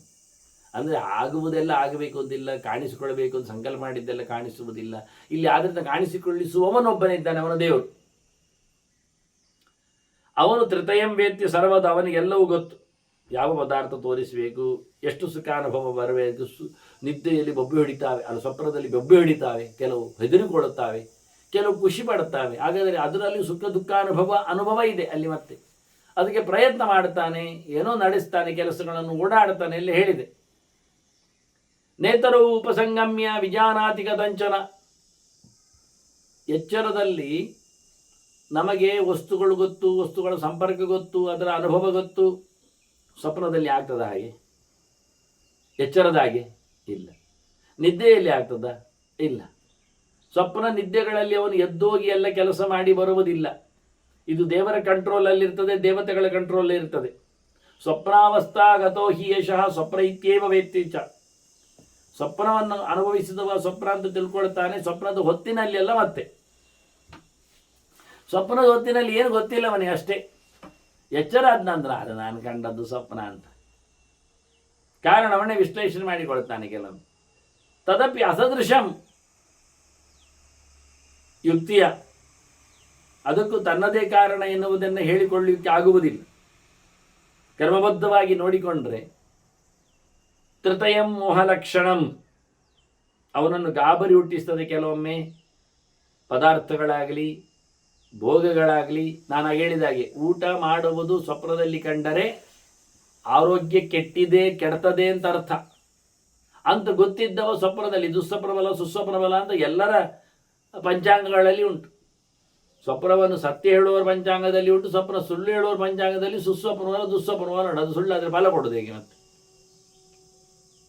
ಅಷ್ಟೆಲ್ಲ ಓದಿಕೊಂಡವನೇ, ಕಾಡಬಾರದು ಮಾಡಿಕೊಂಡವನೇ, ಅಥವಾ ಸ್ವಪ್ನದಲ್ಲಿ ಊಟ ಬಂದರೆ ಊಟ ಮಾಡದೇ ಇರ್ತೇನೆ ನಾನು, ಊಟ ಮಾಡಿದರೆ ರೋಗ ಬರುತ್ತೆ ಹೇಳಿಕೊಂಡವನೇ ಅದು ನೋಡಿದ ತಕ್ಷಣ ಊಟ ಮಾಡ್ತಾನೆ. ಯಾಕೆ? ಸ್ವಪ್ನದಲ್ಲಿ ಆ ಎಚ್ಚರ ಇಲ್ಲ. ಅದನ್ನ ಮೋಹವೇ, ಅಜ್ಞಾನವೇ ಅಲ್ಲಿರುವಂಥದ್ದು. ಯದಾತ್ಮ ತೃತೀಯಾನ ಮುಕ್ತ ತದಾ ಜಾನಾತಿ ಅಸತ್ಕೃತ. ಅವನಿಗೆ ತಪ್ಪು ಮಾಡುವ, ವ್ಯತ್ಯಾಸಗೊಳಿಸುವ ಕೆಲಸದಿಂದ ಅವನು ಯಾವತ್ತು ಬಿಡುಗಡೆ ಹೊಲ್ತಾನೆ ಕೇಳಿದರೆ ಇದನ್ನು ಸ್ಪಷ್ಟ ತಿಳ್ಕೊಳ್ಬೇಕವ. ಲೋಕದ ಪದಾರ್ಥಗಳ ಎಚ್ಚರದಲ್ಲಿ ಅದು ಭಗವನ್ನಿಷ್ಠವಾದ ಸೊತ್ತುಗಳ ಸಂಪರ್ಕವನ್ನು ಪಡೆಯುವ ರೀತಿಯಲ್ಲಿ ಅದನ್ನು ಸಾಧನೆಗೊಳಿಸಿ ಉಪಯೋಗಿಸಿಕೊಂಡ ಬಳಿಕ ತನಗೆ ಕೊಡತಕ್ಕಂತಹ ಸುಖ ದುಃಖಾನುಗಳ ಅನುಭವದಲ್ಲಿ ಭಗವಂತನ ಪಾರಮ್ಯವನ್ನು, ಪ್ರಭುತ್ವವನ್ನು ತಿಳ್ಕೊಂಡಾಗ ಅವನು ಈ ಹಂತಗಳನ್ನು ದಾಟ್ತಾನೆ. ಎಚ್ಚರ ನಿದ್ದೆ ಕನಸುಗಳನ್ನೇ ದಾಟಿ ಹೋಗುವಂಥದ್ದೇ ಮುಕ್ತಿಯ ಒಂದು ಲಕ್ಷಣ. ಮೋಕ್ಷದಲ್ಲಿ ನಿದ್ದೆ ಇಲ್ಲ, ಸ್ವಪ್ನ ಇಲ್ಲ, ಮತ್ತೆ ಎಚ್ಚರ ಇಲ್ಲ ಅಂದರೆ ನಿದ್ದೆ ಇದ್ದರೆ ತಾನು ಎಚ್ಚರ ಆಗುವುದು ಅಂತ, ಎಚ್ಚರ ಆಗುವುದು ಅಂತ ಇಲ್ಲ, ಎಚ್ಚರ ಆಗುವುದು ಅಂತ ಇಲ್ಲ. ನಿರಂತರ ದೇವರ ಎಚ್ಚರವೇ. ಅಲ್ಲಿ ಶರೀರ ಶ್ರಮ ಇಲ್ಲ, ವಿಕಲ್ಪ ಸಂಕಲ್ಪಗಳಿಲ್ಲ, ಮನಸ್ಸಿನ ಆಯಾಮಗಳು ಇಲ್ಲ, ಶ್ರಮಗಳಿಲ್ಲ. ಇವನ್ನೆಲ್ಲ ಚಿಂತನೆಯಲ್ಲಿ ತರ್ತಾರೆ. ಮನಸ್ಸಸ್ತು ಪ್ರಲೀನತ್ವಾತ್ ತತ್ತದಾಹು ನಿದರ್ಶನ. ಮೋಕ್ಷದಲ್ಲಿ ಮನಸ್ಸೇ ಇಲ್ಲದೆ ಇರುವುದರಿಂದ ವಿಚಿತ್ರವಾದಂತಹ ಯೋಚನೆಗಳೊಂದಿಗೆ ಅವನು ಸ್ವಪ್ನ ಕಾಣುವ ಕಥೆಯೇ ಇಲ್ಲ. ಅದನ್ನು ನಿದ್ದೆಯೂ ಆಗುವಾಗಲೂ ಹಾಗೆ, ಅದು ನಿದ್ದೆಗೂ ಒಂದು ಹೇಳಿಕೊಟ್ಟ ಹಾಗೆ ನಾವು ದೃಷ್ಟಾಂತವಾಗಿ. ಅಲ್ಲಿ ಮನಸ್ಸು ಸತ್ತಿರ್ತದೆ, ಉಪರಥ ಅಂದರೆ ಕಣ್ಣು ಕೈ ಕಾಲುಗಳೆಲ್ಲ ಮಲಗಿದ ಹಾಗೆ ಸ್ವಪ್ನದಲ್ಲಿ ಮನಸ್ಸು ಮಲಗಿರುವುದಿಲ್ಲ, ಅದರಿಂದ ಕಾಣುವುದು. ನಿದ್ದೆಯಲ್ಲಿ ಮನಸ್ಸು ಮಲಗುವುದರಿಂದ ಅದಕ್ಕೆ ಮತ್ತೆಂತ ಕಾಣಲಿಕ್ಕೆ ಆಗುವುದಿಲ್ಲ. ಮೋಕ್ಷ ಅಂದ್ರೆ ಹೀಗೆ, ಅಲ್ಲಿ ಬಾಹ್ಯವಾದ ಮನಸ್ಸೇ ಇರದೇ ಇರಲಿಕ್ಕಾಗಿ ಯಾವುದೇ ರೀತಿಯಾದಂಥವರಿಗೆ ಸ್ವಪ್ನಾದಿಗಳು ಕಾಣುವುದಿಲ್ಲ. ಅವನು ಸತ್ಯ ಸಂಕಲ್ಪನಾಗಿಕೊಂಡವನಿಗೆ ಬೇಕಾದ್ದನ್ನು ಪ್ರತ್ಯಕ್ಷವಾಗಿ ನೋಡ್ತಾ ಇರ್ತಾನೆ. ಕಾರ್ಯೇ ಚಾಸಕ್ತ ಮನಸ್ಸಃ ಸಂಕಲ್ಪೋ ಜಾಗ್ರತೋ ಹ್ಯಪಿ.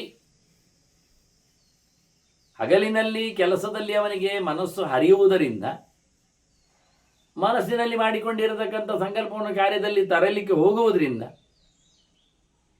ಇದನ್ನೆಲ್ಲ ನಡೆಸಿಕೊಡುವವ ಹಗಲಿನಲ್ಲಿ ಏನು ಯೋಚನೆ ಮಾಡಿಕೊಂಡಿದ್ದಾನೆ ಅದನ್ನು ಎಳೆದು ತಂದು ಸ್ವಪ್ನದಲ್ಲಿ ಅಂಟಿಸಿಕೊಳ್ತಾನೆ. ಕೆಲವೊಮ್ಮೆ ಯದ್ವನ್ ಮನೋರಥ ಐಶ್ವರ್ಯಂ ಸ್ವಪ್ನೇ ತನ್ವನ್ ಮನೋಗತ. ಹಗಲಿನಲ್ಲಿ ಓಡಾಟಗಳು, ವ್ಯವಹಾರಗಳು, ಸಂಪತ್ತುಗಳು, ಯೋಚನೆಗಳು ಬರಲಿಕ್ಕೆ ಹೋಗಿ ಕೆಲವೊಮ್ಮೆ ಅದೇ ಮುಂದುವರಿಕೆಯಾಗಿ ರಾತ್ರಿಯಲ್ಲಿ ಸ್ವಪ್ನದಲ್ಲಿ ವಿಕಾರವಾಗಿ ಕಾಣಿಸಿಕೊಳ್ಳುವುದುಂಟು. ಇದು ಮನೋವಿಕಾರಗಳು. ಇದನ್ನು ಗಮನಿಸಿದ್ದಾರೆ. ಅಂದರೆ ಇದು ಕಾರಣಗಳನ್ನು ಹೇಳುತ್ತಾರೆ. ಆದ ತಕ್ಷಣ ಎಲ್ಲ ಬರಬೇಕು ಅಂತಿಲ್ಲ, ಎಲ್ಲ ದೇವರ ಕಾರಣ ಉಂಟೇ ಉಂಟು. ಸಂಸಾರಾಣಂ ಅಸಂಖ್ಯಾನಾಂ ಕಾಮಾತ್ಮ ತದವಾಪನಿಯಾತ್. ಈ ಜನ್ಮದಲ್ಲಿ ಕಾಣದೇ ಇರುವಂಥದ್ದು ಇನ್ನೊಂದು ಜನ್ಮದಲ್ಲಿ ಕಾಣಬಹುದು. ಈ ಜನ್ಮದಲ್ಲಿ ಸಂಕಲ್ಪ ಮಾಡದೇ ಇದ್ದದ್ದು ಈ ಜನ್ಮದಲ್ಲಿ ಕಾಣಲಿಕ್ಕೆ ಬರ್ತದೆ ಸ್ವಪ್ನದಲ್ಲಿ. ನೋಡಿ, ಸ್ವಪ್ನದಲ್ಲಿ ಕಂಡ ತಕ್ಷಣ ಅದು ಈ ಜನ್ಮದ್ದೇ ಮಾನಸವಾದಂಥ ಸಂಕಲ್ಪಗಳು ಅಂತ ಹೇಳಬೇಕಾಗಿಲ್ಲ. ಎಚ್ಚರದಲ್ಲಿ ಇದ್ದಾಗ ಇದನ್ನೇ ಗಮನಿಸಿದ್ದ ಅಂತಲ್ಲ, ಕಳೆದ ಜನ್ಮಗಳಲ್ಲೆಲ್ಲ ಗಮನಿಸಿದ್ದನ್ನು ಈಗ ಜನ್ಮಗಳಲ್ಲೆಲ್ಲ ನೋಡಲಿಕ್ಕೆ. ಯಾಕೆ? ಮನಸ್ಸು ಒಂದೇ ಬಂದದ್ದು, ಹರಿದು ಜೀವೊಬ್ಬನೇ. ಹಾಗಾಗಿ ಯಾವುದೋ ಜನ್ಮಗಳಲ್ಲಿ ಏನೇನೋ ಯೋಚನೆ ಮಾಡಿಕೊಂಡದ್ದನ್ನೆಲ್ಲ ಸಂಕಲ್ಪಿಸಿಕೊಂಡದ್ದನ್ನು ಯಾವಾಗಲೂ ನೋಡಲಿಕ್ಕೆ ಬರ್ತದೆ. ಅದೀಗಿರಬೇಕಾಗಿಲ್ಲ. ಇದು ಒಂದು ಲಕ್ಷಣ. ಎಂಥದೋ ಯಾವತ್ತೋ ಮಾಡಿಕೊಂಡದ್ದರ ಬಗ್ಗೆ ಬಯಕೆಗಳ ಗೂಡಾಗಿ ಅದನ್ನು ಇವತ್ತು ಮನಸ್ಸಿ ಅಂತರ್ಹಿತಂ ಸರ್ವಂ ವೇದ ಸೋತ್ತಮ ಪುರುಷ. ಈ ಮನಸ್ಸಿನೊಳಗೆ ಜೀವನ ಚಿಂತನೆಯಲ್ಲಿ ಏನೆಲ್ಲ ಇದೆ, ಯಾವುದು ತೋರಿಸಬೇಕೆನ್ನುವುದೆಲ್ಲ ವ್ಯವಸ್ಥೆ ಮಾಡಿದವೆ ಯಾರು? ಇದರೊಳಗೆ ನಿಂತ ಭಗವಂತ. ಸರ್ವಭೂತಾಂತರಾತ್ಮ ಮುಂದೆ ಹೇಳ್ತಾನೆ ಅದನ್ನು ಸಹ ಅವ. ಯಾಕೆ ಅಂತ, ಎಲ್ಲರೊಳಗೆ ನೆಲೆಗೊಂಡವನಿಗೆ ಎಲ್ಲವೂ ಗೊತ್ತು, ಸುಮ್ಮನೆ ಇರುವುದಲ್ಲವ. ಮತ್ತೆ ಎಲ್ಲವನ್ನು ತಿಳಿದುಕೊಂಡಿದ್ದಾನೆ. ಅರ್ಥೇಶು ಅಭಿಜ್ಞ. ಪ್ರತಿಯೊಂದು ಪದಾರ್ಥದಲ್ಲಿ ಭಗವಂತ ನೆಲೆಗೊಂಡು ಅದರದ್ದು ಪೂರ್ಣವಾದ ಕ್ಷೇತ್ರಜ್ಞಂಚಾಪಿ ಮಾಂ ವಿದ್ಧಿ ಸರ್ವಕ್ಷೇತ್ರೇಶು, ಸರ್ವವಿಧ ಕ್ಷೇತ್ರೇಶು ಅವನ ಸ್ವರೂಪಭೂತವಾದ ದೇಹದಲ್ಲಿಯೂ, ಅಂದರೆ ಲಿಂಗ ದೇಹದಲ್ಲಿಯೂ, ಯಾತನಾ ದೇಹದಲ್ಲಿಯೂ, ಸ್ಥೂಲ ದೇಹದಲ್ಲಿಯೂ, ಇದೆಲ್ಲದರಲ್ಲಿಯೂ ಭಗವಂತ ಇದ್ದಾನೆ. ಎಲ್ಲ ಪ್ರಕಾರದ ದೇಹದಲ್ಲಿಯೂ ಭಗವಂತ ಇದ್ದಾನೆ. ಅದೆಲ್ಲವನ್ನು ಚೆನ್ನಾಗಿ ತಿಳ್ಕೊಂಡಿದ್ದಾನೆ. ಗುಣಾನಾಮಪಿ ಯದ್ಯೇತತ್ ಯಥಾಯೋಗಂ, ಗುಣಾನಾಮಪಿ ಯದ್ಯೇತತ್, ತ್ರಿಗುಣಗಳಲ್ಲಿಯೂ ಸಹ ಒಂದು ಪ್ರಕಾರದಲ್ಲಿ ಕರ್ಮಣ ಚಾಪಿ ಉಪಸ್ಥಿತಂ, 3 ಬಗೆಯಿಂದ ಮನುಷ್ಯ ಕರ್ಮ ಮಾಡಲಿಕ್ಕೆ ಬರ್ತದೆ. 3 ಗುಣಗಳನ್ನು ಅದನ್ನು ಕೆಲಸ ಮಾಡಿಸಿಕೊಡ್ತದೆ, ಸತ್ವ, ರಜಸ್ಸು, ತಮಸ್ಸು. ಅದಕ್ಕೆ ಅನುಗುಣವಾಗಿ ಅಂತಲ್ಲ, ಆಗ್ಬೋದು. ಸತ್ವದ ಪ್ರಚಾರದಲ್ಲಿ ಮಾಡಿದ ಕರ್ಮಗಳು ಉತ್ತಮ ಅನಿಸ್ತವೆ, ರಾಜಸವಾದದ್ದು ಮಧ್ಯಮ ಅನಿಸ್ತದೆ, ತಾಮಸವಾದದ್ದು ಅಧಮ ಅನಿಸ್ತದೆ. ತತ್ತ ಸಂಸಂತಿ ಭೂತಾನಿ ಮನೋಯದ್ ಭಾವಿತಂ ಯಥ, ಮನಸ್ಸಿನಲ್ಲಿ ಹೇಗೆ ಸಂಕಲ್ಪ ಆಗಿದೆಯೋ ಆ ರೀತಿಯಾಗಿ ಕರ್ಮ ಆಗುವಂಥದ್ದು. ಇದೆಲ್ಲ ಲೋಕದಲ್ಲಿ ಜೀವಗಳದ್ದು ಕತೆ ಹಾಗೆ. ಎಲ್ಲ ಜೀವಗಳು ಎಲ್ಲ ಭಾವಗಳಿಂದ ಎಲ್ಲ ರೀತಿಯ ಕರ್ಮಗಳನ್ನು ಎಲ್ಲ ಕಡೆಯಲ್ಲಿ ಮಾಡ್ತಾನೆ ಇರ್ತಾರೆ. ಮನಸ್ಸಿನಲ್ಲಿ ಬಂದ ಹಾಗೆ ಮಾಡು. ಅದಕ್ಕೆ ಅನುಗುಣವಾಗಿ ಯಥಾಯೋಗಂ ಆನಂತರ್ಯ ಫಲೋದಯಂ, ಅದಕ್ಕೆ ಅನುಗುಣವಾಗಿ ಅವರು ಕರ್ಮ ಮಾಡಿರ್ತಾರೆ. ಅದಕ್ಕೆ ಅನುಗುಣವಾಗಿ ಫಲವನ್ನು ಸ್ವಪ್ನದಲ್ಲಿ ಪಡಿತಾರೆ. ಸ್ವಪ್ನದಲ್ಲಿ ಮಾಡಿಕೊಂಡದ್ದನ್ನು, ಮನುಷ್ಯ ತಲೆಯಲ್ಲಿ ಯೋಚನೆ ಮಾಡಿಕೊಂಡದ್ದನ್ನು ತಲೆಯಲ್ಲೇ ಕಾಣಲಿಕ್ಕೆ ಬರ್ತದೆ. ಇಲ್ಲಿಂದಲೇ ಯಾವ ಜನ್ಮದಲ್ಲಿ ಯಾವಾಗಾದರೂ ಜನ್ಮ ಜನ್ಮಾಂತರತ್ತು ತದ ಪಶ್ಯಂತ ಅಸಂಬಂಧಾನ ವಾತವಿತ್ತ ಕಪೋತ್ತರ. ಇನ್ನೊಂದು ವಿಷಯ ಕೇಳಿದರೆ ಕೆಲವರಿಗೆ ಯದ್ವಾ ತದ್ವಾ ಕಾಣ್ತದೆ. ಅದು ಕಳೆದ ಜನ್ಮಗಳಲ್ಲಿಯೂ ಪಿಕ್ಚರಲ್ಲಿ ಬಂದದ್ದಲ್ಲ, ನೋಡಿಕೊಂಡದ್ದಲ್ಲ, ಹೇಳಿಕೊಂಡದ್ದಲ್ಲ, ಸಂಕಲ್ಪ ಮಾಡಿದ್ದಲ್ಲ. ಹಾಗೆ ಅಂತ ಹೇಳ್ತೀರಿ ಕೇಳಿದರೆ ಅದಕ್ಕೆ ಹೇಳ್ತಾರೆ ಇವತ್ತಿನ ದೇಹದಲ್ಲಿ ಆಗಿರತಕ್ಕ ಬದಲಾವಣೆ. ಮನುಷ್ಯನಿಗೆ ದೇಹದ ದುರಂತಗಳಿಂದಲೂ ಮನಸ್ಸಿನಲ್ಲಿ ಕೆಲವು ಕಾಣುತ್ತೆ. ದೇಹ ಜರ್ಜರಿತವಾಗಿದೆ, ರೋಗಗ್ರಸ್ತವಾಗಿದೆ, ಅಪಘಾತಗೊಂಡಿದೆ, ಕ್ರಿಮಿದಷ್ಟವಾಗಿದೆ. ಇಂತಹ ಸಂದರ್ಭದಲ್ಲಿ ಅವನಿಗೆ ಸ್ವಪ್ನಗಳು ಕಾಣುತ್ತಾನೆ. ಅವನ ದೇಹದಲ್ಲಿ ಆದ ದೋಷಗಳಿಂದಾಗಿ ವಾತವಿತ್ತ ಕಫಗಳಲ್ಲಿ ಕಂಡಾಬಟ್ಟೆಯನ್ನು ತಿಂದುಕೊಂಡಿದ್ದರೆ ಅವನಿಗೆ ಯದ್ವಾ ತದ್ವಾ ಕಾಣುತ್ತದೆ. ಇನ್ನು ತಿನ್ನಬಾರದನ್ನು ತಿಂದಿದ್ರೆ ಅವನಿಗೆ ಈ ಕಾಮುಕವಾದ ಪಿಕ್ಚರುಗಳೇ ಕಾಣುತ್ತವೆ ತಲೆಯಲ್ಲಿ. ಹಾಗಾಗಿ ಇವೆಲ್ಲ ಹಾವು ಕಾಣುವುದು, ಕೆಲವೊಮ್ಮೆ ಇನ್ನೇನು ಹೆಣ್ಣುಗಳು ಕಾಣುವಂಥದ್ದು, ಇನ್ನಿತರ ದುರ್ಗಂಧ ವಸ್ತುಗಳು ಅಥವಾ ಅಪೇಯ ಪದಾರ್ಥಗಳೆಲ್ಲ ಕಾಣುವಂಥದ್ದು. ಹೀಗಾಗಿ ಈ ಜನ್ಮದಲ್ಲಿ ಯೋಚನೆ ಮಾಡಿಕೊಳ್ಳದ್ದು, ಜನ್ಮಾಂತರಗಳಲ್ಲಿ ಚಿಂತನೆ ನಡೆಸದ್ದು ಅವನ ದೇಹದಲ್ಲಿ ಆದ ಬದಲಾವಣೆಯಿಂದ ತಿಂದದ್ದು ಹೆಚ್ಚು ಕಡಿಮೆ ಆಗಿದೆ ಅಂತ ಅರ್ಥ. ಶಾರೀರಿಕವಾದ ಭೌತವಾದ ಪದಾರ್ಥಗಳ ಊಟ ಉಪಚಾರಗಳ ಸೇವನೆಯಿಂದಲೂ ಮನುಷ್ಯನ ಮನಸ್ಸಿನಲ್ಲಿ ವಿಕಾರಗಳು ಮೂಡಬಹುದು. ಅದು ಎಚ್ಚರದಲ್ಲಿಯೂ ಸ್ವಪ್ನದಲ್ಲಿಯೂ ಅಂಥ ವಿಕಾರಗಳಿಗೆ ಚಾನ್ಸ್ ಇದೆ ಅಂತ ಇದು ವೈದ್ಯ ವಿಜ್ಞಾನ ಪ್ರಕಾರ ಚಿಂತನೆಯಲ್ಲಿ ತರವಾಗಿ ಹೇಳಿದವ. ರಜಸ್ತಮೋ ಭವೈಹಿ ಭಾವೈಹಿ ವದತ್ಯಾಹುಹು ದುರತ್ಯಂ. ಇಂತಹ ದುಷ್ಟ ಚಿತ್ರಣಗಳಿಗೆ, ದುಸ್ವಪ್ನಗಳಿಗೆಲ್ಲ ಕಾರಣ ಅವನ ರಾಜಸ ತಾಮಸವಾದ ಭಾವಗಳು. ಅದಕ್ಕೆ ಕಾರಣವಾಗಿರತಕ್ಕಂತಹ ದುಷ್ಟವಾಗಿರತಕ್ಕಂತಹ ದೇಹದಲ್ಲಿ ಪಡೆದ ಆಹಾರದ ವಿಷಯಗಳಿಂದಾಗಿ ಏರುಪೇರಾದ ವಾತಪಿತ್ತ ಕಬಳಿ. ತ್ರಿಗುಣ ಮಾತ್ರ ಅಲ್ಲ, ಇದು ತ್ರಿದೋಷ ಅಂತ ಕರೀತಾರೆ. ಅದೊಂದು ತ್ರಿಗುಣ ಹೇಳ್ತಾರೆ, ಇದನ್ನು ತ್ರಿದೋಷ ಅಂತ. ಪ್ರಸನ್ನೈ ಇಂದ್ರಿಯೈ ಯದ್ವತ್ ಸಂಕಲ್ಪಯತಿ ಮಾನಸಂ ತತ್ತತ್ ಸ್ವಪ್ನೇಪಿ ಉಪರತೆ ಮನೋದೃಷ್ಟಿ ನಿರೀಕ್ಷತೆ. ಒಳ್ಳೆಯ ರೀತಿಯಲ್ಲಿ ಚಿಂತನೆ ಮಾಡಿದರೆ ಒಳ್ಳೆಯ ರೀತಿಯಾದ ಚಿಂತನೆಗಳನ್ನು ಸ್ವಪ್ನದಲ್ಲಿ ಕಾಣುತ್ತೆ. ಎಲ್ಲ ಇಂದ್ರಿಯಗಳು ಮಲಗಿದಾಗ, ಮನಸ್ಸು ಮಾತ್ರ ತೆರೆದಾಗ, ಸ್ವಪ್ನದಲ್ಲಿ ಬಂದಾಗ ಒಳ್ಳೆಯ ರೀತಿಯಾದಂತಹ ಇದು ಮನಸ್ಸೇ ದೃಷ್ಟಿ. ಮನಸ್ಸೇ ಅಲ್ಲಿ ಕಾಣ್ತದೆ, ಕಣ್ಣು ತೆರಿಬೇಕಾಗಿಲ್ಲ, ಮನಸ್ಸೇ ಕೇಳ್ತದೆ. ಆ ರೀತಿಯಾಗಿ ಎಲ್ಲ ವ್ಯಾಪಾರಗಳನ್ನು ಮನಸ್ಸು ಮಾಡ್ತದೆ, ಇಟ್ಟುಕೊಳ್ತದೆ. ಅದೇ ಎಂಥದ್ದು ಮನಸ್ಸು ಕೇಳಿದರೆ ವ್ಯಾಪಕಂ ಸರ್ವಭೂತೇಶು ವರ್ತತೆ ದೀಪವನ ಮನಃ. ಎಲ್ಲರಲ್ಲಿಯೂ ಮನಸ್ಸು ಎನ್ನುವುದು ದೀಪದ ಹಾಗೆ. ದೇಹದ ಒಳಗೆ ಇರತಕ್ಕ ಮನಸ್ಸು ಎಲ್ಲ ಕಡೆ ವ್ಯಾಪಿಸಿದೆ. ಎಷ್ಟು ಕೇಳಿದರೆ ಹೊರಗಲ್ಲ. ಈಗ ನಾವೊಂದು ಕೋಣೆಯೊಳಗೆ ದೀಪ ಹಾಕಿದರೆ ಅದರ ಬೆಳಕು ಕೋಣೆಯಲ್ಲಿ ನಿಲ್ಲಿಕ್ಕೆ ಉಂಟು, ಮತ್ತು ಗೋಡೆ ಇರಲಿಕ್ಕೆ ಹೋಗಿ ಆಚೆ ಹೋಗುವುದಿಲ್ಲ. ನೀವು ಗ್ಲಾಸ್ ಕೇಸ್ ಹಾಕಿದರೆ ಅದು ಟ್ರಾನ್ಸ್ಪರೆಂಟ್ ಆದ್ರಿಂದ ಹೋಗ್ತದೆ. ನಮ್ಮದು ದೇಹ ಟ್ರಾನ್ಸ್ಪರೆಂಟ್ ಆಗದೇ ಇರೋದ್ರಿಂದ ಮನಸ್ಸು ಹೊರಗೆ ಕಾಣುವುದಿಲ್ಲ, ದೇಹದೊಳಗೆ ತುಂಬಿದೆ. ಹೀಗಾಗಿ ಇಂಥದ್ದು ಬಹಳ ಚಂದವಾಗಿ ಆತ್ಮಪ್ರಭಾವ ತಮ್ಮಿದ್ಯಾತ್ ಸರ್ವಾಹಿ ಆತ್ಮನಿದೇವತಾ. ಒಳಗೂತಿರತಕ್ಕಂಥ ಮನಸ್ಸು ಸರ್ವತ್ರ ವ್ಯಾಪ್ತವಾಗಿ ಎಲ್ಲವನ್ನು ಕಾಣುವಂತೆ ಆಗಬೇಕಾದ ರೀತಿಗೆ ದೇವರದ್ದೇ ಅನುಗ್ರಹ ಮತ್ತು ಜೀವನದ್ದೇ ಸಾಧನೆ, ಅವನದ್ದೇ ಕರ್ಮಗಳು. ದೇವರು ಸುಮ್ಮನೆ ತೋರಿಸುವುದಿಲ್ಲ, ಎಲ್ಲಕ್ಕೂ ಸಾಪೇಕ್ಷತ್ವಾದೆ. ಜೀವನ ಯೋಗ್ಯತೆ, ಅವನ ದರ್ಶನ, ಅವನ ಹಿಂದೆ ಮಾಡಿದ ಅನುಭವ, ಅವನ ಸಂಕಲ್ಪ, ಇವನ್ನೆಲ್ಲ ಇಟ್ಟುಕೊಂಡೇ ಭಗವಂತ ತೋರಿಸುವುದು ಸಿಕ್ಕಾಬಟ್ಟೆ ಏನಲ್ಲ.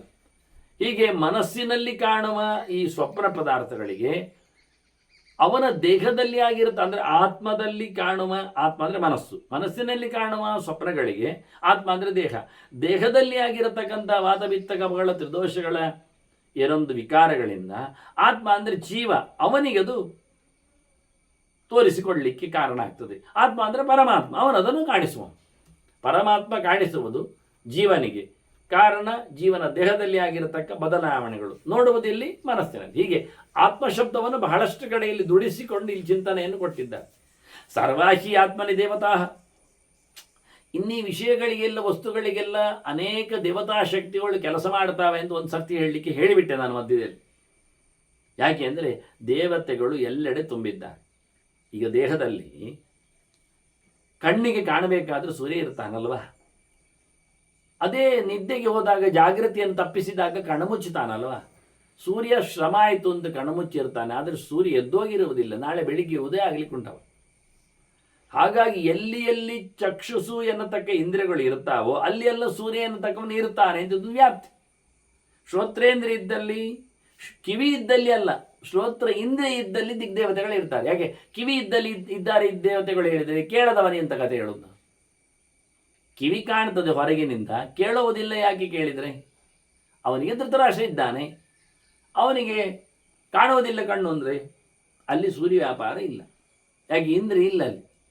ಅದು ನಮಗೆ ಗೋಳಕಗಳು ಜಾಗಗಳು ಮಾತ್ರ ಕಾರಣ ಅಲ್ಲ, ಆ ಸ್ಥಾನ ಬೇಕು ಅವರಿಗೆ ಇರಲಿಕ್ಕೆ, ಅನುಕೂಲ ಆಗಬೇಕು. ಬಲ್ಬ್ ಇದೆ ಬೆಳಕಾಗಲಿ ಹೇಳಿದರೆ ಅದಕ್ಕೆ ವಿದ್ಯುತ್ ಹೋಗಲಿಲ್ಲ, ಸ್ವಿಚ್ ಆಗಿ ಹೋಗ್ತದೆ ಹೇಳಿದರೆ ಅದಕ್ಕೆ ಸಂಪರ್ಕ ಕೊಡಲಿಲ್ಲ, ಸಂಪರ್ಕ ಕೊಡಿ ಹೋಗ್ತದೆ ಹೇಳಿದರೆ ಅಲ್ಲಿ ಒಳಗೆ ಟಂಗ್ಸ್ಟೈನ್ಗಳು ಇಲ್ಲ, ಅದು ಖಾಲಿ ಬಲ್ಬು ಗ್ಲಾಸು ಬುದ್ಧಿ, ಒಳಗೆ ನಾವು ವೈರ್ ಹಾಕಲಿಲ್ಲ, ಕಡ್ಡಿ ಹಾಕಲಿಲ್ಲ, ಸರಿಗೆ ಇಡಲಿಲ್ಲ. ಹಾಗೆ ಒಳಗೆ ಇದೆಲ್ಲ ಅಲ್ಲ. ನಮ್ಮದೆಲ್ಲ ಕಣ್ಣು ಎನ್ನುವುದು ಒಂದು ಬಲ್ಬ್ ಇದ್ದಾಗೆ, ಅದರ ತಂತುಗಳು ಎನ್ನುವುದು ವೈರ್ ಇದ್ದಾಗೆ, ಆನಂತರ ಸಂಪರ್ಕ ಎನ್ನುವುದು ಸ್ವಿಚ್ ಇದ್ದಾಗೆ, ವಿದ್ಯುತ್ ಎನ್ನುವುದು ನಮ್ಮದು ಪ್ರಯತ್ನ ಇದ್ದಾಗೆ. ಆದರೂ ಆಗುವುದಿಲ್ಲ ಹಾಗೆ ಹೇಳಿದರೆ ಅಲ್ಲಿ ಟಂಗ್ಸ್ಟೈನ್ ವೈರ್ ಇಲ್ಲ, ಅದರಿಂದ ಪ್ರವಾಹ ಆಗಲಿಲ್ಲ. ಅಲ್ಲಿ ಇರಬೇಕಾದ ಜಾಗದಲ್ಲಿ ಸೂರ್ಯ ಇರು, ಅವ ಇರಲಿಕ್ಕೆ ಕಾರಣ ಇಲ್ಲ. ಸೂರ್ಯನಿರಲಿಕ್ಕೆ ಬೇಕಾಗಿರತಕ್ಕಂಥ ಸಣ್ಣ ವಯರ್ ಇಲ್ಲ ಅಲ್ಲ, ಅಂದರೆ ತಂತಿ, ಅದಿಲ್ಲದೆ ಇರಲಿಕ್ಕಾಗಿ ಸೂರ್ಯ ಇಲ್ಲ. ಹಾಗೆ ಎಲ್ಲ ಕಡೆ ಶ್ರೋತ್ರ ಇದೆ, ಪಟಲ ಇದೆ, ಆನಂತರ ಅದು ಚಕ್ಕುಲಿ ಇದೆ, ಎಲ್ಲ ಹೇಳಿಕೊಳ್ಳಿದೆ. ಅದು ಒಬ್ಬ ಅವ್ಯಕ್ತವಾದ ಶ್ರೋತ್ರ ಇಂದ್ರಿಯ ಅಂತ ಒಂದಿದೆ ಅಲ್ಲ, ಅದು ಅಲ್ಲಿ ಇಲ್ಲದೆ ಇರಲಿಕ್ಕೆ ಹೋಗಿ ದಿಗ್ದೇವತೆ. ಹೀಗೆ ಎಲ್ಲ ಕಡೆಯಲ್ಲಿ ಸಹ ಎಲ್ಲ ದೇವತೆಗಳು ಆತ್ಮನಲ್ಲಿ, ಜೀವನಲ್ಲಿ, ಆತ್ಮನ ದೇಹದಲ್ಲಿ ಆಶ್ರಯಿಸಿಕೊಂಡು ಅವಲಂಬಿಸಿಕೊಂಡು ಸುತ್ತಲೂ ಕೆಲಸ ಮಾಡಿಕೊಂಡು ಅವನ ಮನಸ್ಸಿನಲ್ಲಿ ಪ್ರಭಾವ ಬೀರುತ್ತಾ ಇದ್ದಾರೆ. ಅವನನ್ನು ಬೀರಿಸಿಕೊಂಡು ದೇವರು ಕೆಲಸ ಮಾಡಿಸ್ತಾ ಇದ್ದಾನೆ. ಅವನ ಜೊತೆಯಲ್ಲಿ ಮಧ್ಯಮದಲ್ಲಿ ಪ್ರಾಣನೂ ನಿಂತಿದ್ದಾನೆ ಪರಿಪೂರ್ಣನಾಗಿ. ಹಾಗಾಗಿ ಎಲ್ಲ ಮಲಗಿದಾಗಲೂ ಉಸಿರಾಟ ನಿಲ್ಲುವುದಿಲ್ಲ. ಯಾಕೆ ಪ್ರಾಣನ ಕೆಲಸ ಆಗ್ತಾ ಇರ್ತದೆ, ಮೂಗಿನ ಕೆಲಸ ಆಗುವುದಿಲ್ಲ. ಮೂಗಿನ ಕೆಲಸ ಗಂಧಗ್ರಹಣ. ಅಶ್ವಿನಿ ದೇವತೆಗಳು ಮಲಗಿರ್ತಾರೆ, ಅಶ್ವಿಗಳೇನು ಕೆಲಸ ಮಾಡುವುದಿಲ್ಲ. ಅವನ ಮೂಗಿನ ಹತ್ತಿರಕ್ಕೆ ಹೋಗಿ ನೀವು ಮಲ್ಲಿಗೆ ತುಂಡಿಟ್ಟರು ಒಂದೇ, ಅವನಿಗೆ ಕೊಳೆತು ಹೋದ ಸೇವಂತಿಗೆಯನ್ನು ಒತ್ತಿದ್ರು ಒಂದೇ, ನಮಗೆ ಮೂಗಿ ಏನು ಗೊತ್ತಾಗೋದಿಲ್ಲ. ಉಸಿರಾಟ ಆಗುವುದು ಬೇರೆ, ಗಂಧಗ್ರಹಣ ಬೇರೆ. ಹೀಗಾಗಿ ಎರಡು ಕ್ರಿಯೆಗಳನ್ನು ಉಲ್ಲೇಖ ಮಾಡ್ತಾನೆ, ಚಿಂತನೆ ಕೊಡ್ತಾನೆ. ಈ ರೀತಿಯಾಗಿ ಮನಸ್ಸು ಅಂತರ್ಹಿತಂ ಮುಖ್ಯವಾಗಿ ಕರ್ಮದ ದ್ವಾರ ಯಾವುದು? ದ್ವಾರಂ ದೇಹಮಾಸ್ಥಾಯ ಮನುಷ್ಯನ ದೇಹವನ್ನು ಹೊತ್ತುಕೊಂಡು ಮನಸ್ಸಿನಲ್ಲಿದ್ದದ್ದು ಕರ್ಮ, ಅದರ ಬಾಗಿಲು, ಮನಸ್ಸು ಬಾಗಿಲು ಆಗ್ತದೆ ಕರ್ಮ ಮಾಡಲಿಕ್ಕೆ ದೇಹದ್ದು. ಎತ್ತತ್ ಸದಸ ಅವ್ಯಕ್ತಂ ಸ್ವಪಿತಿ ಅಸ್ಮಿನ್ ನಿದರ್ಶನ. ಇಲ್ಲಿ ಪರಮಾತ್ಮನೇ ಮುಖ್ಯವಾಗಿ ನಮಗೆ ಎಲ್ಲೆಡೆ ಇರುವವನು, ಯಾರಿಗೂ ಕಾಣದವನು. ಅಷ್ಟೇ ಅಲ್ಲದೆ ಪ್ರತಿಯೊಂದು ಕಾರ್ಯವನ್ನು ನಡೆಸಿಕೊಡುವವನಾಗಿ ಒಳಗೆ ಕೂತಿದ್ದಾನೆ. ಅವನು ಮಲಗಿಸ್ತಾನೆ, ಅವನು ನಿದ್ದೆ ಮಾಡಿಸ್ತಾನೆ. ಸರ್ವಭೂತಾತ್ಮ ಭೂತಸ್ಥಂ ತಮ್ ಅಧ್ಯಾತ್ಮ ಗುಣಂ ವಿದುಹು. ಅತ್ಯಂತ ಎತ್ತರದ ಆನಂದ ಸ್ವರೂಪನಾಗಿ, ಜ್ಞಾನ ಸ್ವರೂಪನಾಗಿರುವವ, ನಿರಂತರದಲ್ಲಿ ಇರುವವ, ಎಲ್ಲೆಡೆ ತುಂಬಿರತಕ್ಕಂತಹ ಅಂತರ್ಯಾಮಿಯಾದ ನಾರಾಯಣ. ಲಿಪ್ಸೇತ ಮನಸ ಯದ್ವತ್ ಸಂಕಲ್ಪಾತ್ ಐಶ್ವರ್ಯ ಗುಣ. ನಾವು ಬಯಸುವುದಾಗಿದ್ದರೆ ಮನಸ್ಸಿನಲ್ಲಿ ದೇವರ ಯೋಚನೆಯನ್ನು ಮಾಡಬೇಕು. ಅವನಲ್ಲಿರತಕ್ಕಂಥ ಜ್ಞಾನಾನಂದಗಳು ನನಗೆ ಒಳ್ಳೆಯ ರೀತಿಯಿಂದ ಅವನನ್ನು ತಿಳಿಯತಕ್ಕಂಥ ಬಗೆ ಆಗಲಿ, ಅದರಿಂದ ಬರತಕ್ಕಂತಹ ಆನಂದ ಸಿಗಲಿ ಅಂತ ದೇವರ ಧರ್ಮವನ್ನು, ಬಿಂಬನ ಧರ್ಮವನ್ನು, ಪ್ರತಿಬಿಂಬನ ಚಿಂತನೆ ಮಾಡಲಿಕ್ಕೆ ಹತ್ತಿದರೆ ಅವನಿಗೆ ಅದೇ ರೀತಿಯಾದಂತಹ ಅನುಸಂಧಾನಕ್ಕೆ ಅವಕಾಶ ಬರ್ತದೆ.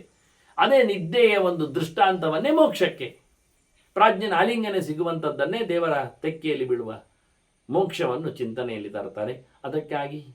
ಅದಕ್ಕಾಗಿ ದೇವರ ಅನುಗ್ರಹ ಬೇಕು. ಆತ್ಮಪ್ರಸಾದಾತ್ತಂ ವಿದ್ಯಾತ್ ಸರ್ವಾಖ್ಯಾತ್ಮನಿ ದೇವತಾ.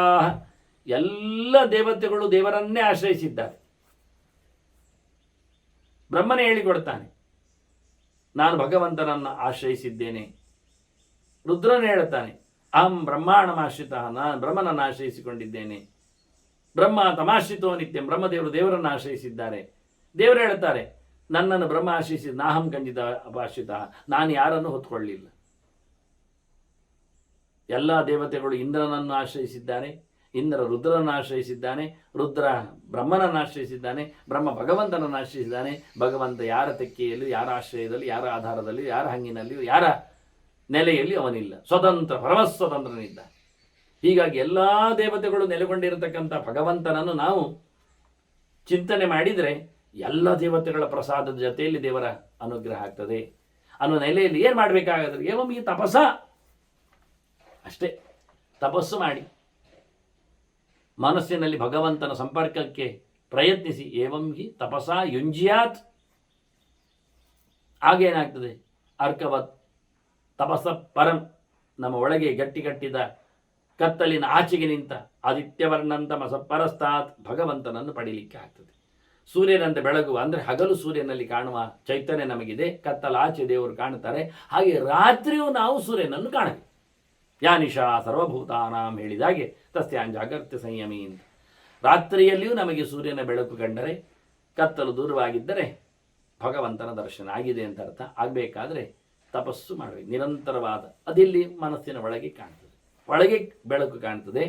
ಹಾಗಾಗಿ ರಾತ್ರಿ ಪೂರ್ತಿ ನೀವು ಎಚ್ಚರವನ್ನು ಮಾಡಲಿಕ್ಕೆ, ಎಚ್ಚರದಲ್ಲಿದ್ದಾಗ ಭಗವಂತನ ಚಿಂತನೆಯನ್ನು ನಡೆಸಿ ಆದಷ್ಟು ಕಡಿಮೆ ಕತ್ತಲನ್ನು ಮಾಡಿಕೊಂಡ್ರೆ ಬೆಳಕು ಹೆಚ್ಚಾಗಲಿ ಶುರುವಾಗುತ್ತೆ. ಇನ್ನಷ್ಟು ತಪಸ್ಸಿನ ಬಗ್ಗೆ, ಅದರ ವೃದ್ಧಿಯ ಬಗ್ಗೆ ಚಿಂತನೆಯನ್ನು ಗುರುಗಳು ಮುಂದುವರಿಸ್ತಾರೆ. ಅದು ಮತ್ತೆ ನಾಳೆ ಸೇರಿದಾಗ. ವಂದನೆಗಳೊಂದಿಗೆ ಶ್ರೀಕೃಷ್ಣ ಅರ್ಪಣಸ್ತು. ನಾರಾಯಣ ನಾರಾಯಣ.